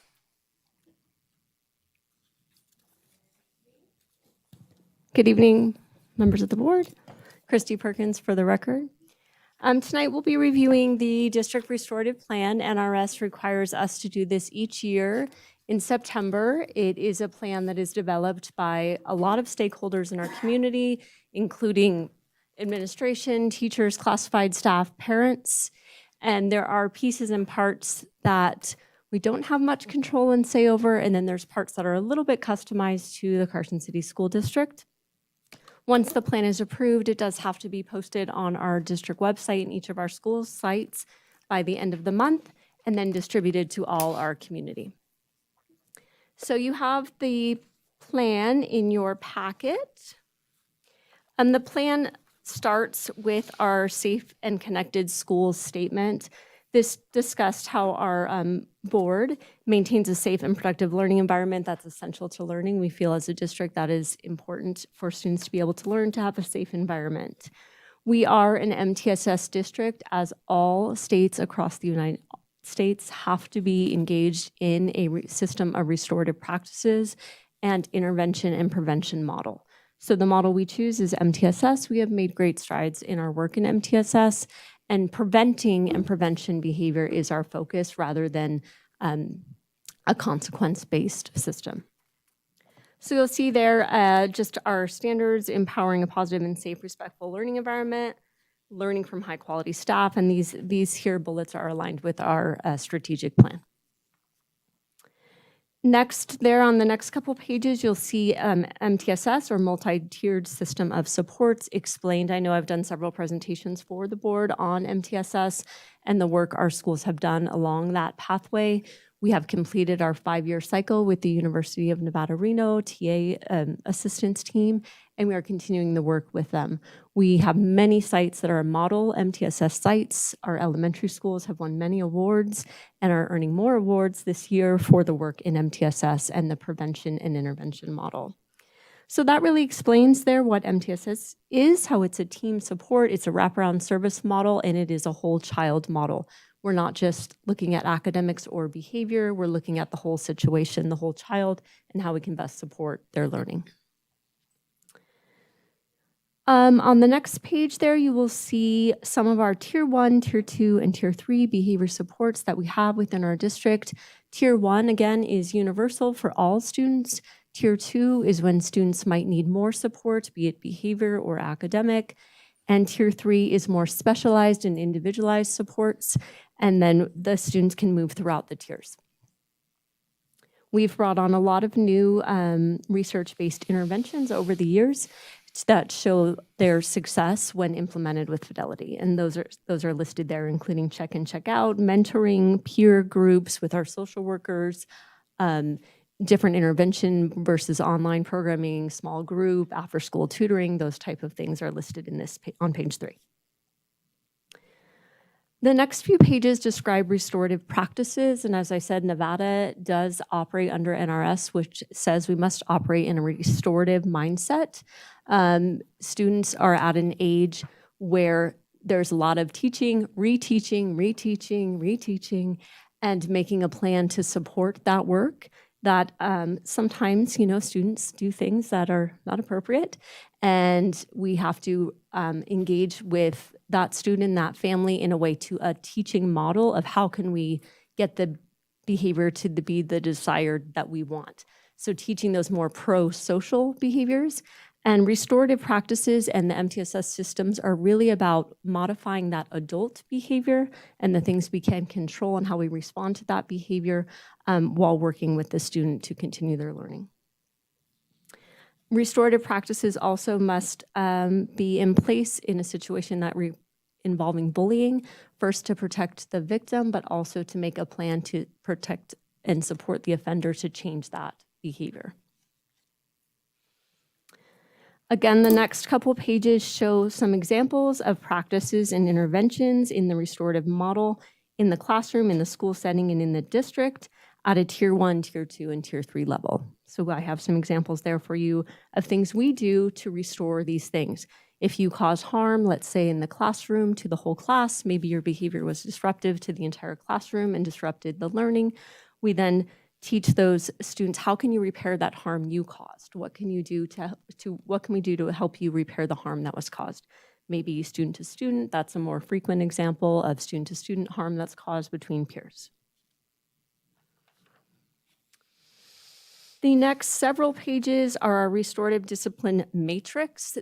A lot of this, again, is dictated by NRS. Some of it is, of course, administrative discretion when dealing with different behaviors. Each behavior is individual, and you do need to conduct a full investigation to make sure that it's a thorough investigation and that the consequence is appropriate or the intervention is appropriate for the behavior. The next few pages really help guide our administration of what is required to do for some of these behaviors and what you can do for some of these behaviors. And again, some of that depends on students' age, the severity of the situation. There are some, though, situations that we really, it is mandated by the board that the student has certain consequences, and that is really out of our control, no matter the age.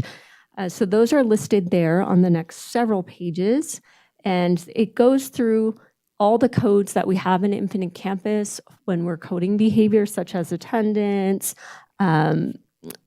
bullying, administrative investigation, discrimination based on race, alcohol use versus alcohol possession. So it breaks it down by these behavior categories, and these are the only options that the administrator can choose in our reporting system. And then you'll see the little grid there will say what we need you to do. Parent contact. Maybe you're going to have a restorative conversation with the social worker counselor. Maybe you're going to make a safety plan that involves the parents, the teachers, the school staff, and then what is mandated that you must do. All of them say we mandate you do contact family and you involve them in that process. So that's several pages that goes on for many, many pages. And then the next section, I'm on page 17, is how we document these behaviors. We do use Infinite Campus as our reporting system. A functional behavior assessment. When we have these repeat offenders or higher level offenses, or a student who requires more assistance, we oftentimes bring in a team that has much more training than I or anyone who works in this district on a contract, and we bring them in to help support us with conducting that assessment of the student, collecting data, and helping us write the plan. The next few pages talk about temporary removal of a pupil from the classroom. This is regarding with out-of-school suspension. There are different NRS guidelines around that. As I said, if a school district suspends a student, removes them from instruction for 3 or more days, they must write a restorative plan on the 3rd day, and the rule is that the student is only suspended for the amount of time the school team needs to put together the plan. If a student has every 3-day suspension or a cumulative 5 days, if let's say you suspend the child for 1 day, 1 day, 1 day, 1 day, on the 5th 1 day out of school suspension, you also need to write a restorative plan. So the next several pages are every year we have to review this plan. Each site in our district has to put together a restorative discipline plan review team that has to include a teacher, an alternate teacher, classified staff, alt classified staff, an administrator. We request that it also has social workers, counselors, parents as part of that team, although they're not required members. And you can see there all of our sites. We had 75 members in our school district who were a part of that review team this year. Some of our teams are large, quite large, and that is because the principal put it out to the whole staff and said, who's interested in being on this review team? And they had several sites had quite a bit of interest of teachers and other staff members who wanted to be a part of that process. That's actually the most people we've ever had review the plan. That group that also reviews this plan, if there is a situation at the school where a parent perhaps or a teacher disagrees with the consequence that was given to the child, this team could review that finding as well and offer different ideas, interventions, and supports for that student. So you can see listed there, updated, all of the folks who met the start of this year to review this plan. Christy, I do have a question. Yes. So the parent involvement is not required, because I only see that a couple of schools have a parent as a member of this team, but the rest of the schools do not. Is it not? So that Required? is one that it is difficult sometimes to have a parent review. A lot of our teachers and staff and administrators are also parents, so they serve in dual capacity when reviewing the plan. If they can't find a parent who wants to sit on the committee, then they kind of operate in both roles. But we do put it out to our family to see if there is someone interested. And oftentimes they'll say, well, I'll read the plan, but I don't want to be on the committee with discipline. So it was also emailed out to a few, like our PTO presidents and things that to offer their input. And then if they wanted to formally be on the review team, then they're listed here on the document. Okay. Christine, in addition to parents, I noticed there's also at Carson High, there's one student. How did that one happen? So yes, it's not a required, but that was a student who was interested in being part of the review team. And so we thought that was actually an interesting member on the review team. And they were a part of the process of looking at the document. Since it doesn't have any other identifiable information about students, we thought it was appropriate for their input on the plan as well. I think we should have a student on all of the committees. Truly. Quick question, if you can just address what changes were made from last year to this year's? Yes. So the plan is very, very similar from year to year. It has gone through our legal team and our special ed laws and our NRS. The biggest changes this year are the removal of the word contract and replaced with the word plan. It's what research has shown is contracts are highly ineffective with students, saying you won't do this and you won't do that and you won't do this. We don't really have a lot of control over some of those things. And the switch to a plan is really layering on more supports. So let's say a student is engaging in inappropriate behavior and they're fighting. We might suspend them for 3 days, and then our first intervention might be that Saturday school intervention that I've talked about to the board before. Okay, that was part of our plan. Then you come back, let's say you get in another fight, rather than just having the student sign a contract that says, I won't get in any more fights. Doesn't seem to really be helpful. We changed that plan, we tweaked the plan. Okay, maybe this student, we need to walk them from class to class, or maybe this student's not going to eat lunch outside because they lose their temper during that time. So then we add more layers to the plan rather than just signing a contract. So that's really the most significant changes in the plan, is the layers of support rather than a punitive, you broke your contract, you said you weren't going to fight anymore and you did, so what? So the plan seems to have a better lasting effect. Another question I have, though, is, and it, kind of ties into why students are in summer school as well. And I know President Ramirez, speaks about the parent engagement, but I don't know that we'll ever get those parents that need to be there to those parent engagements. What about having the parents on a contract?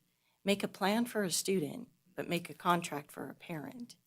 Because I think at some point, these parents need to be held accountable, because as I think we're going to learn with summer school, it's costing the school district taxpayers quite a bit of money to be offering all of these different plans in these summer schools and, ways to get these students to have success, which we want.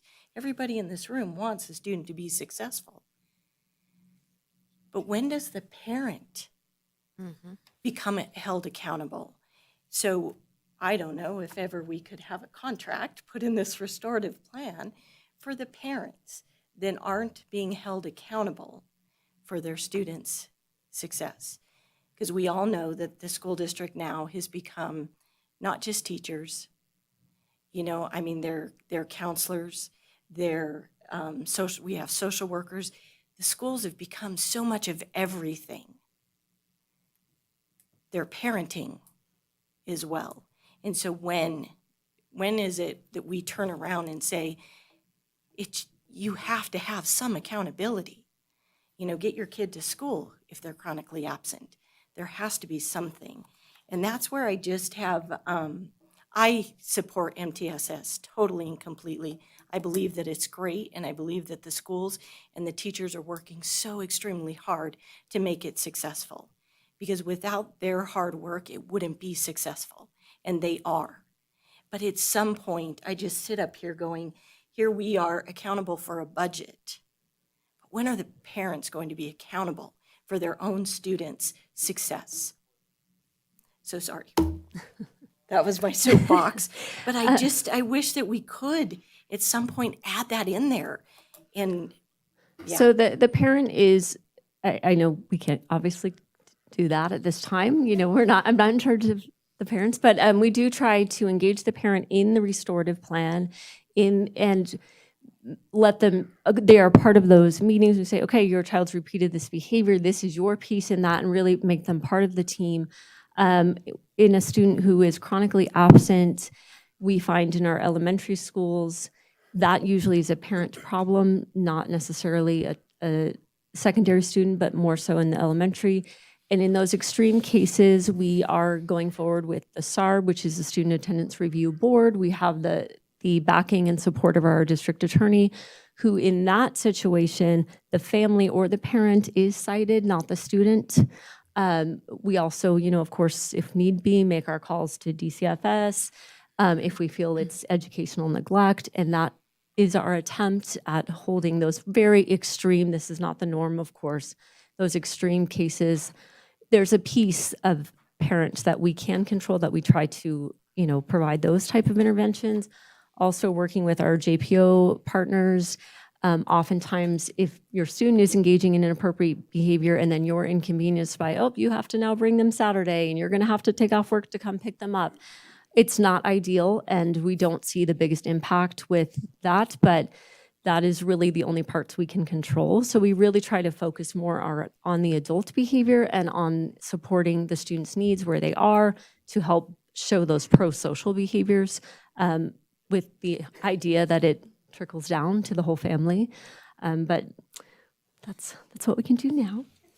Christy, along on the same topic, if we go back to page number 7 on the attendance and truancy, under implementation documents and guidelines, it says that Infinite Campus will notify any parent guardian who has chosen to receive attendance notifications. How are we educating parents about this option? So when you enroll your students in Infinite Campus each year, which you have to do annually for your student to get a schedule and those things, part of that enrollment process is our Parent Square notification system. Parents, anyone who's enrolled in our school district can have access to Parent Square, and then the parents have some control over whether they would like a text or an email at what time of day. And we are committed to doing a better job of informing parents of how you can get those notifications earlier, more frequent notifications, maybe some data nights where we can have our IT staff on hand to show you how to set up a Parent Square, how to set up that communication. Myself as a parent, I sometimes don't get those notices till the evening, and maybe that's too late. Maybe if a parent is struggling with their child who is walking to Mills Park instead of class and they got that message at 9 a.m., it might be more preventative rather than 6:30 at night when the day's done and they've missed the whole day. So we are working with individual families. Brenda Ramirez at the high school has really focused on our freshman class to really establish those good habits for attendance, and really has a cohort going with the families of putting those prevention pieces in place to make families understand every minute of school counts. Even if your student is excessively tardy all the time, the amount of instruction they're missing is quite extreme. And in our attendance meeting we had this week, I guess that was still I know. last week. That's a long week. I don't know. Research is showing that if you are chronically absent 1 year between 8th grade and your senior year, you are 7 times more likely to not graduate. So the impact is pretty significant, and we're really trying to get that word out of the early prevention. We're trying to catch those students in elementary and middle and change those family habits that maybe lead to, reduced outcomes. Thank you. I don't know if this is possible, but I think if it could ever be done, we might get further with it. But can you ever connect Parent Square to social media? Because I see don't know. parents, okay, Dan shaking his head, no. But I look and I think parents are always on social media. I mean, it seems as though. But if they're not getting the notifications on Parent Square, maybe if you could link it to social media, they might actually see it and pay attention. I don't know. We are looking at the features of Parent Square. Raymond Maderas the other day did mention that there are some new features in Parent Square that maybe will help us track our attendance a little better, and we're looking into that. There are some schools that have figured out a way that parents can excuse their child's attendance through Parent Square, like press 1 if this was a medical appointment, press 2 if you need to call someone to call you. And so we're looking at those features to see if we can help reduce that chronic absenteeism number. So we are checking into that. I'm not promising it's ever going to be on Facebook, but maybe it would improve just that communication, that two-way communication. I was going to say, even, by being able to send those texts to the parents, I think that would be extremely helpful. So page 21, again, goes on to truancy. Of course, we all in this room believe that being at school is very important, and that's the best place for all students to be. We have a task force committed on improving our chronic absenteeism numbers. We have made significant improvements over the last 2 years since we have been focused on this as a district and community. Last year, 8 of our schools made improvements. This year, about 6 of our schools made improvements, but that was on top of the improvements they had already made last year. So we're trending in the right direction with our efforts around attendance and truancy. Those next pages talk about what it means if you're truant, and truant is not just you're at a medical appointment. Truant is your parent thinks you're at school and you're not at school, or you're refusing to come to school, or your parent's dropping you at school and then you're leaving. Those are where we go down the truancy route of involving our truancy officer and an intervention specialist, more wraparound services. Law enforcement is often involved with some of these cases, and then ultimately, the student can go to the SARB attendance review board and be cited for not attending school, or the family in different age brackets. And then the last few pages there are just our school restorative plan of action. As I said, if a student is suspended for 3 or more days, the school does have to write a restorative plan. It's very complex. We've made it a fillable form and tried to help the team that has to put these together, because it is a lot to be able, you're dealing with the behavior, you have a school you're running, and now you have to form this whole team and get everyone together and write this plan. So we've tried to make it as user-friendly as possible. It is all in one SharePoint drive for our administrators and our teams to use. We still have our district intervention assistance team that meets every Thursday to offer support in writing those plans and then helping implement the plans. Our coaches and coordinators can often come to the site, collect data, help you implement the plan, because it's more than just, we all know it's more than just writing the plan, right? We can all write a good plan, but then can you have the plan in action at your school when you have a million other things going on at your school? So that's really the role of my team, is to offer that on-site support to help implement those plans and see and collect the data if the plan is working or we need to tweak the plan. As you've heard from Carson High earlier today, they have had 0 fights this school year that have led to any students going to the Saturday intervention that we are still doing this year. Program was successful last year, and we're now able to offer that at our middle school, both middle schools as well, which we think that was an intervention that we feel worked. And so we're going to keep that going this year as a prevention intervention.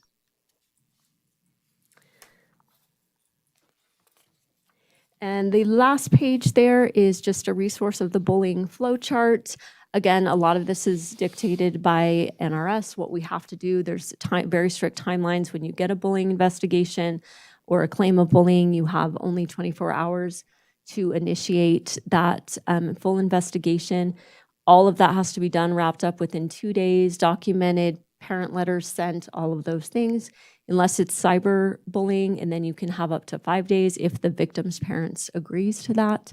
But of course, some of these cases are very complex with a lot of layers and take time.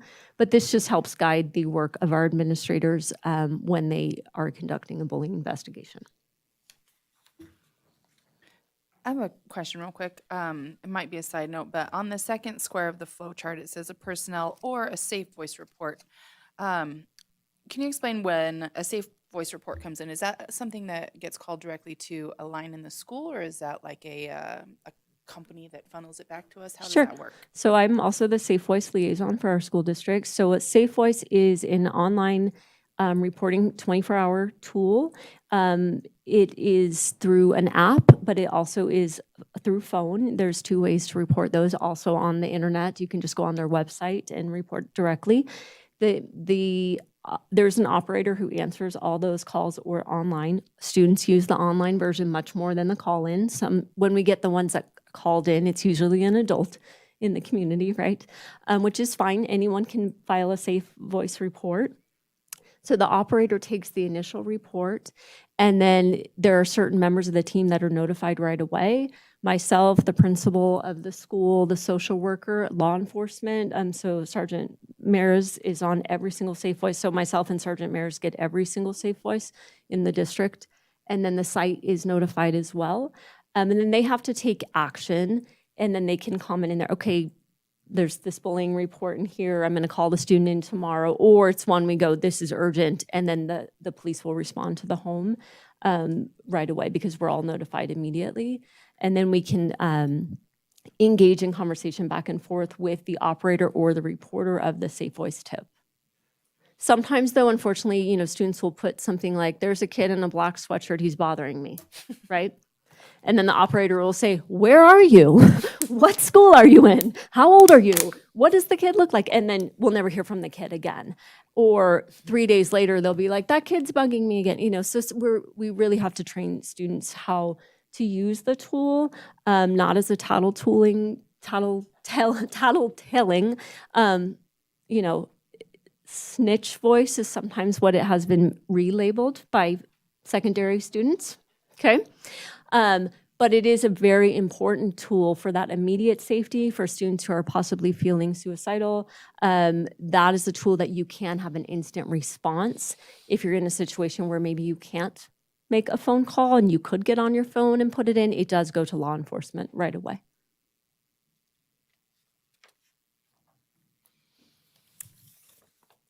Thank you so much for this report. Any comments, questions, concerns? No? Okay, if I don't have any questions, I will entertain a motion.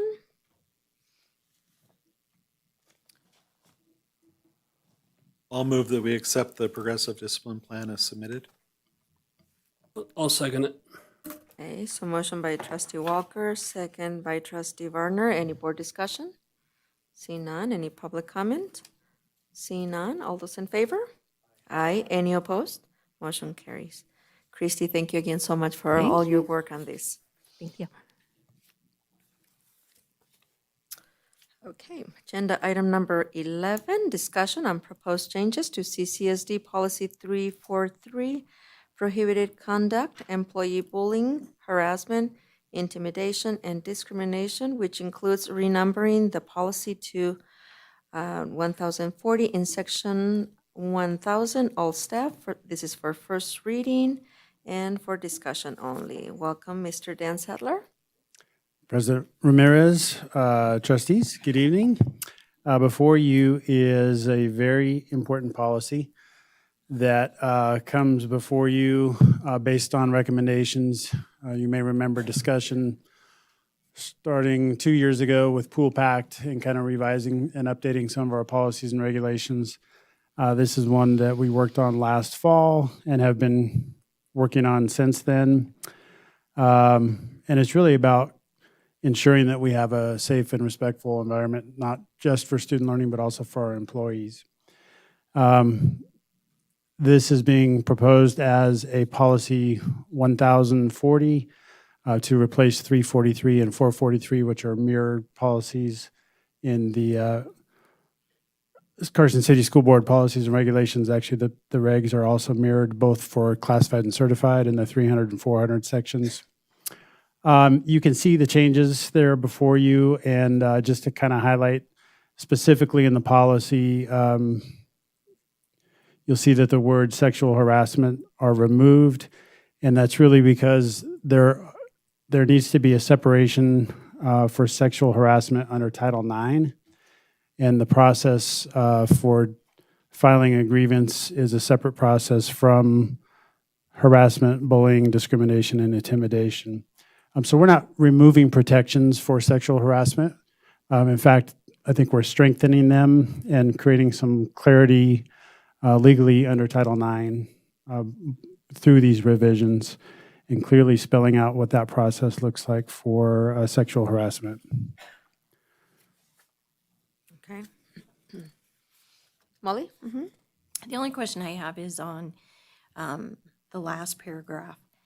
And it's, so why, if you can explain why, if the alleged bullying could constitute sexual harassment under Title IX, the district Title IX non-discrimination grievance procedures apply rather than board policy 1040.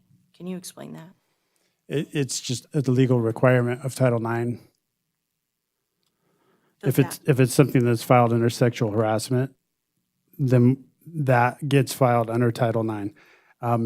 Something could still be filed as harassment, but if it's specific to the conditions of Title IX, it needs to be filed under such. Under Title IX and not this policy? Correct. Okay. The grievance procedures for Title IX. Okay, thank you. Yep. Just to put on the record what I had messaged Mr. Sadler about, in the first paragraph, I suggested after the list of prohibited behaviors to change it to these behaviors. So it would read, as these behaviors seriously interfere with the ability of teachers to teach in the classroom and the ability of students to learn. Thank you for that suggestion. Yeah, thank you, Mike. Anybody else? See none? Okay. And again, this was our for first reading. We will continue on with agenda item number 12. And actually, if it's okay with everyone, I'd like to combine agenda item number 12, 13, and 14. Does anyone have an issue with that? Seeing none? Okay, are you okay with that, Mr. Sadler? Okay. Yeah, you bet. Well, this is the regulation to support the policy, so there's more detail here, some more specifics with the definitions. You'll see that there are some examples that previously existed that are crossed out, again, specifically to sexual harassment. And there were some examples that were provided there, and the thought was removing those would be better. Sometimes people would say, well, it's not under those examples, therefore it doesn't exist, and we don't want to create those perceptions by giving a false narrative. So you'll see a lot that has been crossed off there and replaced with some updated terms. Let me see in my notes here, things to point out. The complaint and investigation procedures are important. And there is a form that goes with this regulation as well, so that if somebody would like to file a complaint, that they start with that process. This regulation also spells out the steps to follow to file that complaint, and whether we move forward with formal or informal support. Again, referencing the who to send information to is really important. Myself in the position that I hold as Chief Human Resources Officer, also as the equal or the EEO officer. Any questions that you have, I'll be happy to answer. Questions, comments? I just have a Rebecca? random weird question on the harassment and under G on page 4. Why age 40 or older? What is that Protected about? Yeah, Okay. protected class. Okay. Finds Yep. it a protected class. For age. Okay. Yeah. It's Yeah. the interesting. Okay. Yeah, you're a protected class.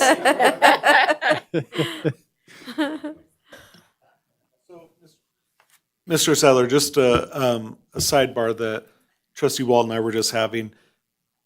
Just to be clear, we are eliminating those because the one policy is going to speak for all employees, Correct, yeah. regardless of classification. Yeah, thank you for asking. So we currently have policy and regulation 343 and policy and regulation 443. Those are mirror policies and regulations. 300 section covers certified staff, 400 section covers classified ESP staff. We've kind of embedded over the years administrative staff under certified staff. So when appropriate, we're trying to take those policies and regulations, make revisions, and put them under the all staff because it covers all staff in the same way. Mhm. Thank you. Okay.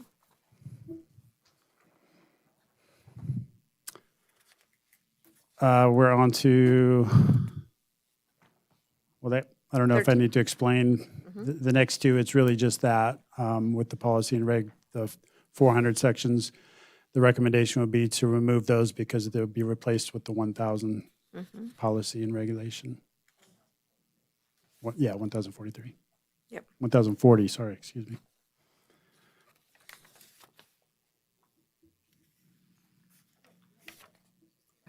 Did this do these, or do they have to go to the bargaining units? No, these do not. No, okay.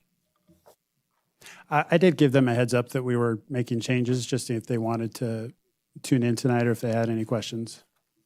And did you? I did not receive a response. All right, thank you. Yep. Yeah. Okay, so we're good with 14? Everyone's good with that? Okay, all right, then I'll move on to agenda item number 15. Discussion on proposed changes to CCSD Policy 225, Drug and Alcohol-Free Workplace Program Statement and Policy, and this is for the first reading, for discussion only.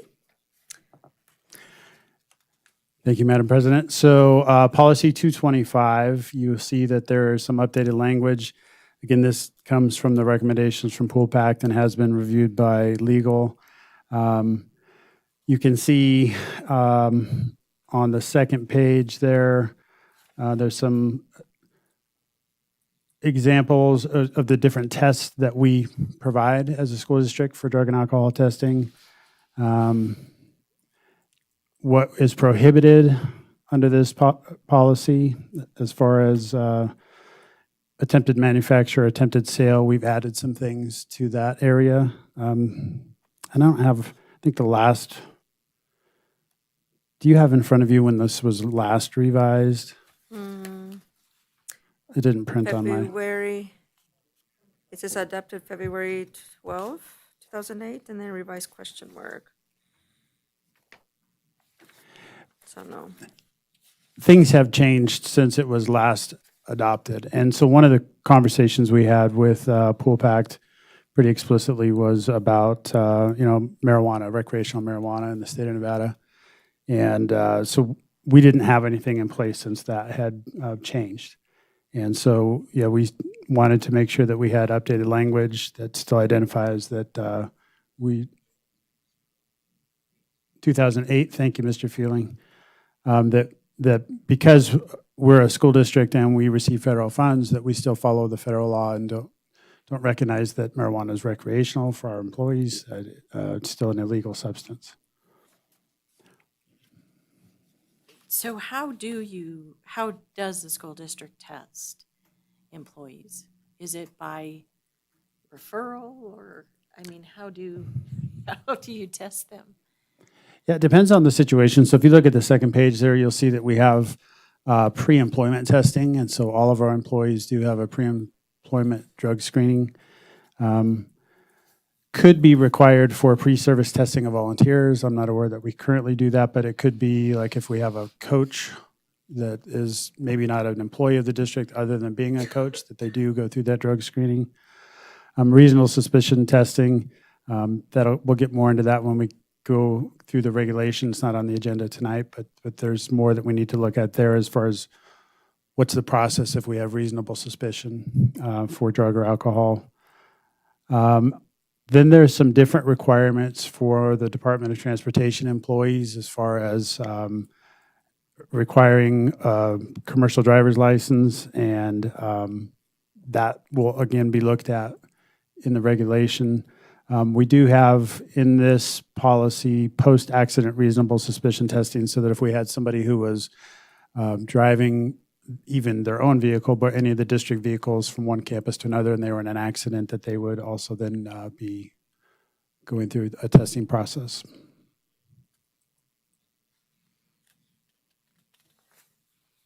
I do have a question, if I could. Go ahead, Richard. Matt and I come from a law enforcement background, and as part of our job there, we had subjected to a random drug testing. Your name was pulled out of a computer, and then you went in for a drug test. Has POLPAC ever suggested that that policy be maybe implemented in a school district? No, we did a pretty thorough review of this policy with POOLPACT at the start of that conversation.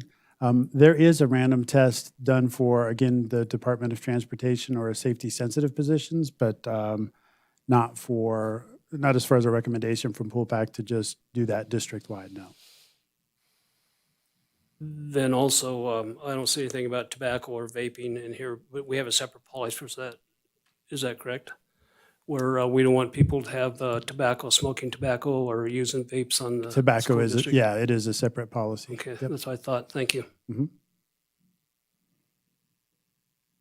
Anybody else? Questions? Is there a testing site in Carson City? Yeah, I'm going to forget the name of it off the top of my head. We have two centers. One is through a Renown that we can use for testing, and that's more for like on the work accidents. On the workplace accidents. It's getting late, isn't it? It's been a long day. Workplace injuries and whatnot. And then AJ, you could probably help me out here, or Spencer. Concentra, thank you. Concentra is where we do our pre-employment screening here in Carson.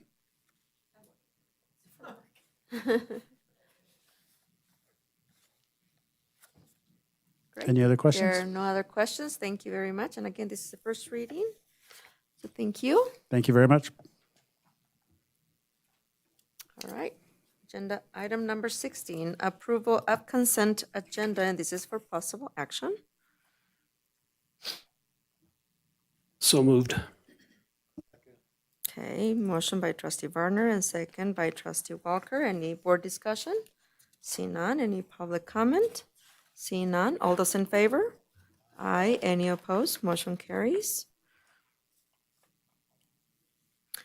Agenda item number 17. Informational items, and this is for discussion only. No action will be taken. Any comments or questions, concerns? See none? Trustee Ramirez, President Yes. Ramirez. I have a question related to this for Mr. Russell, Yes. real quick. I'm concerned that the board members may lose their packet with some of the information about events that are happening. Could I show them another place where they can see that information quickly? Yeah. You mean like put it up on the computer? Yeah. Okay. Being serious? I thought you were joking. He is. I was gonna say, let's go. This will be quick. As long as I can find the Chrome. Here we go. So this is actually Carson City Schools. If you happen to lose your board packet, there's no internet. Carson City's. How's there no internet? I don't think it'll show. Does it have that S? Oh my goodness. You could just have Renee send us directions on how to find it. Okay, so you guys have computers. if you go to the website, okay, and you start scrolling down, you'll see there's kind of a standard where it'll show 3 dates of things coming up. To the right of that, you'll see a little link for district calendar. Mr. Medeiros has fixed that for us now, that it brings in it aggregates all of the dates of events happening at all of our schools and the district. So all these things on the informational items. So if you want a one-stop shop for everything happening in the district, we kind of talked about this earlier, it now works. Beautiful. So if you can go, you can thank Yay. Mr. Medeiros can take credit for that. That's exciting. Thank you. Okay. No other questions? Okay, thank you. All right. Agenda item number 18, request for future agenda items. See none. Agenda item number 19, adjournment. Thank you so much.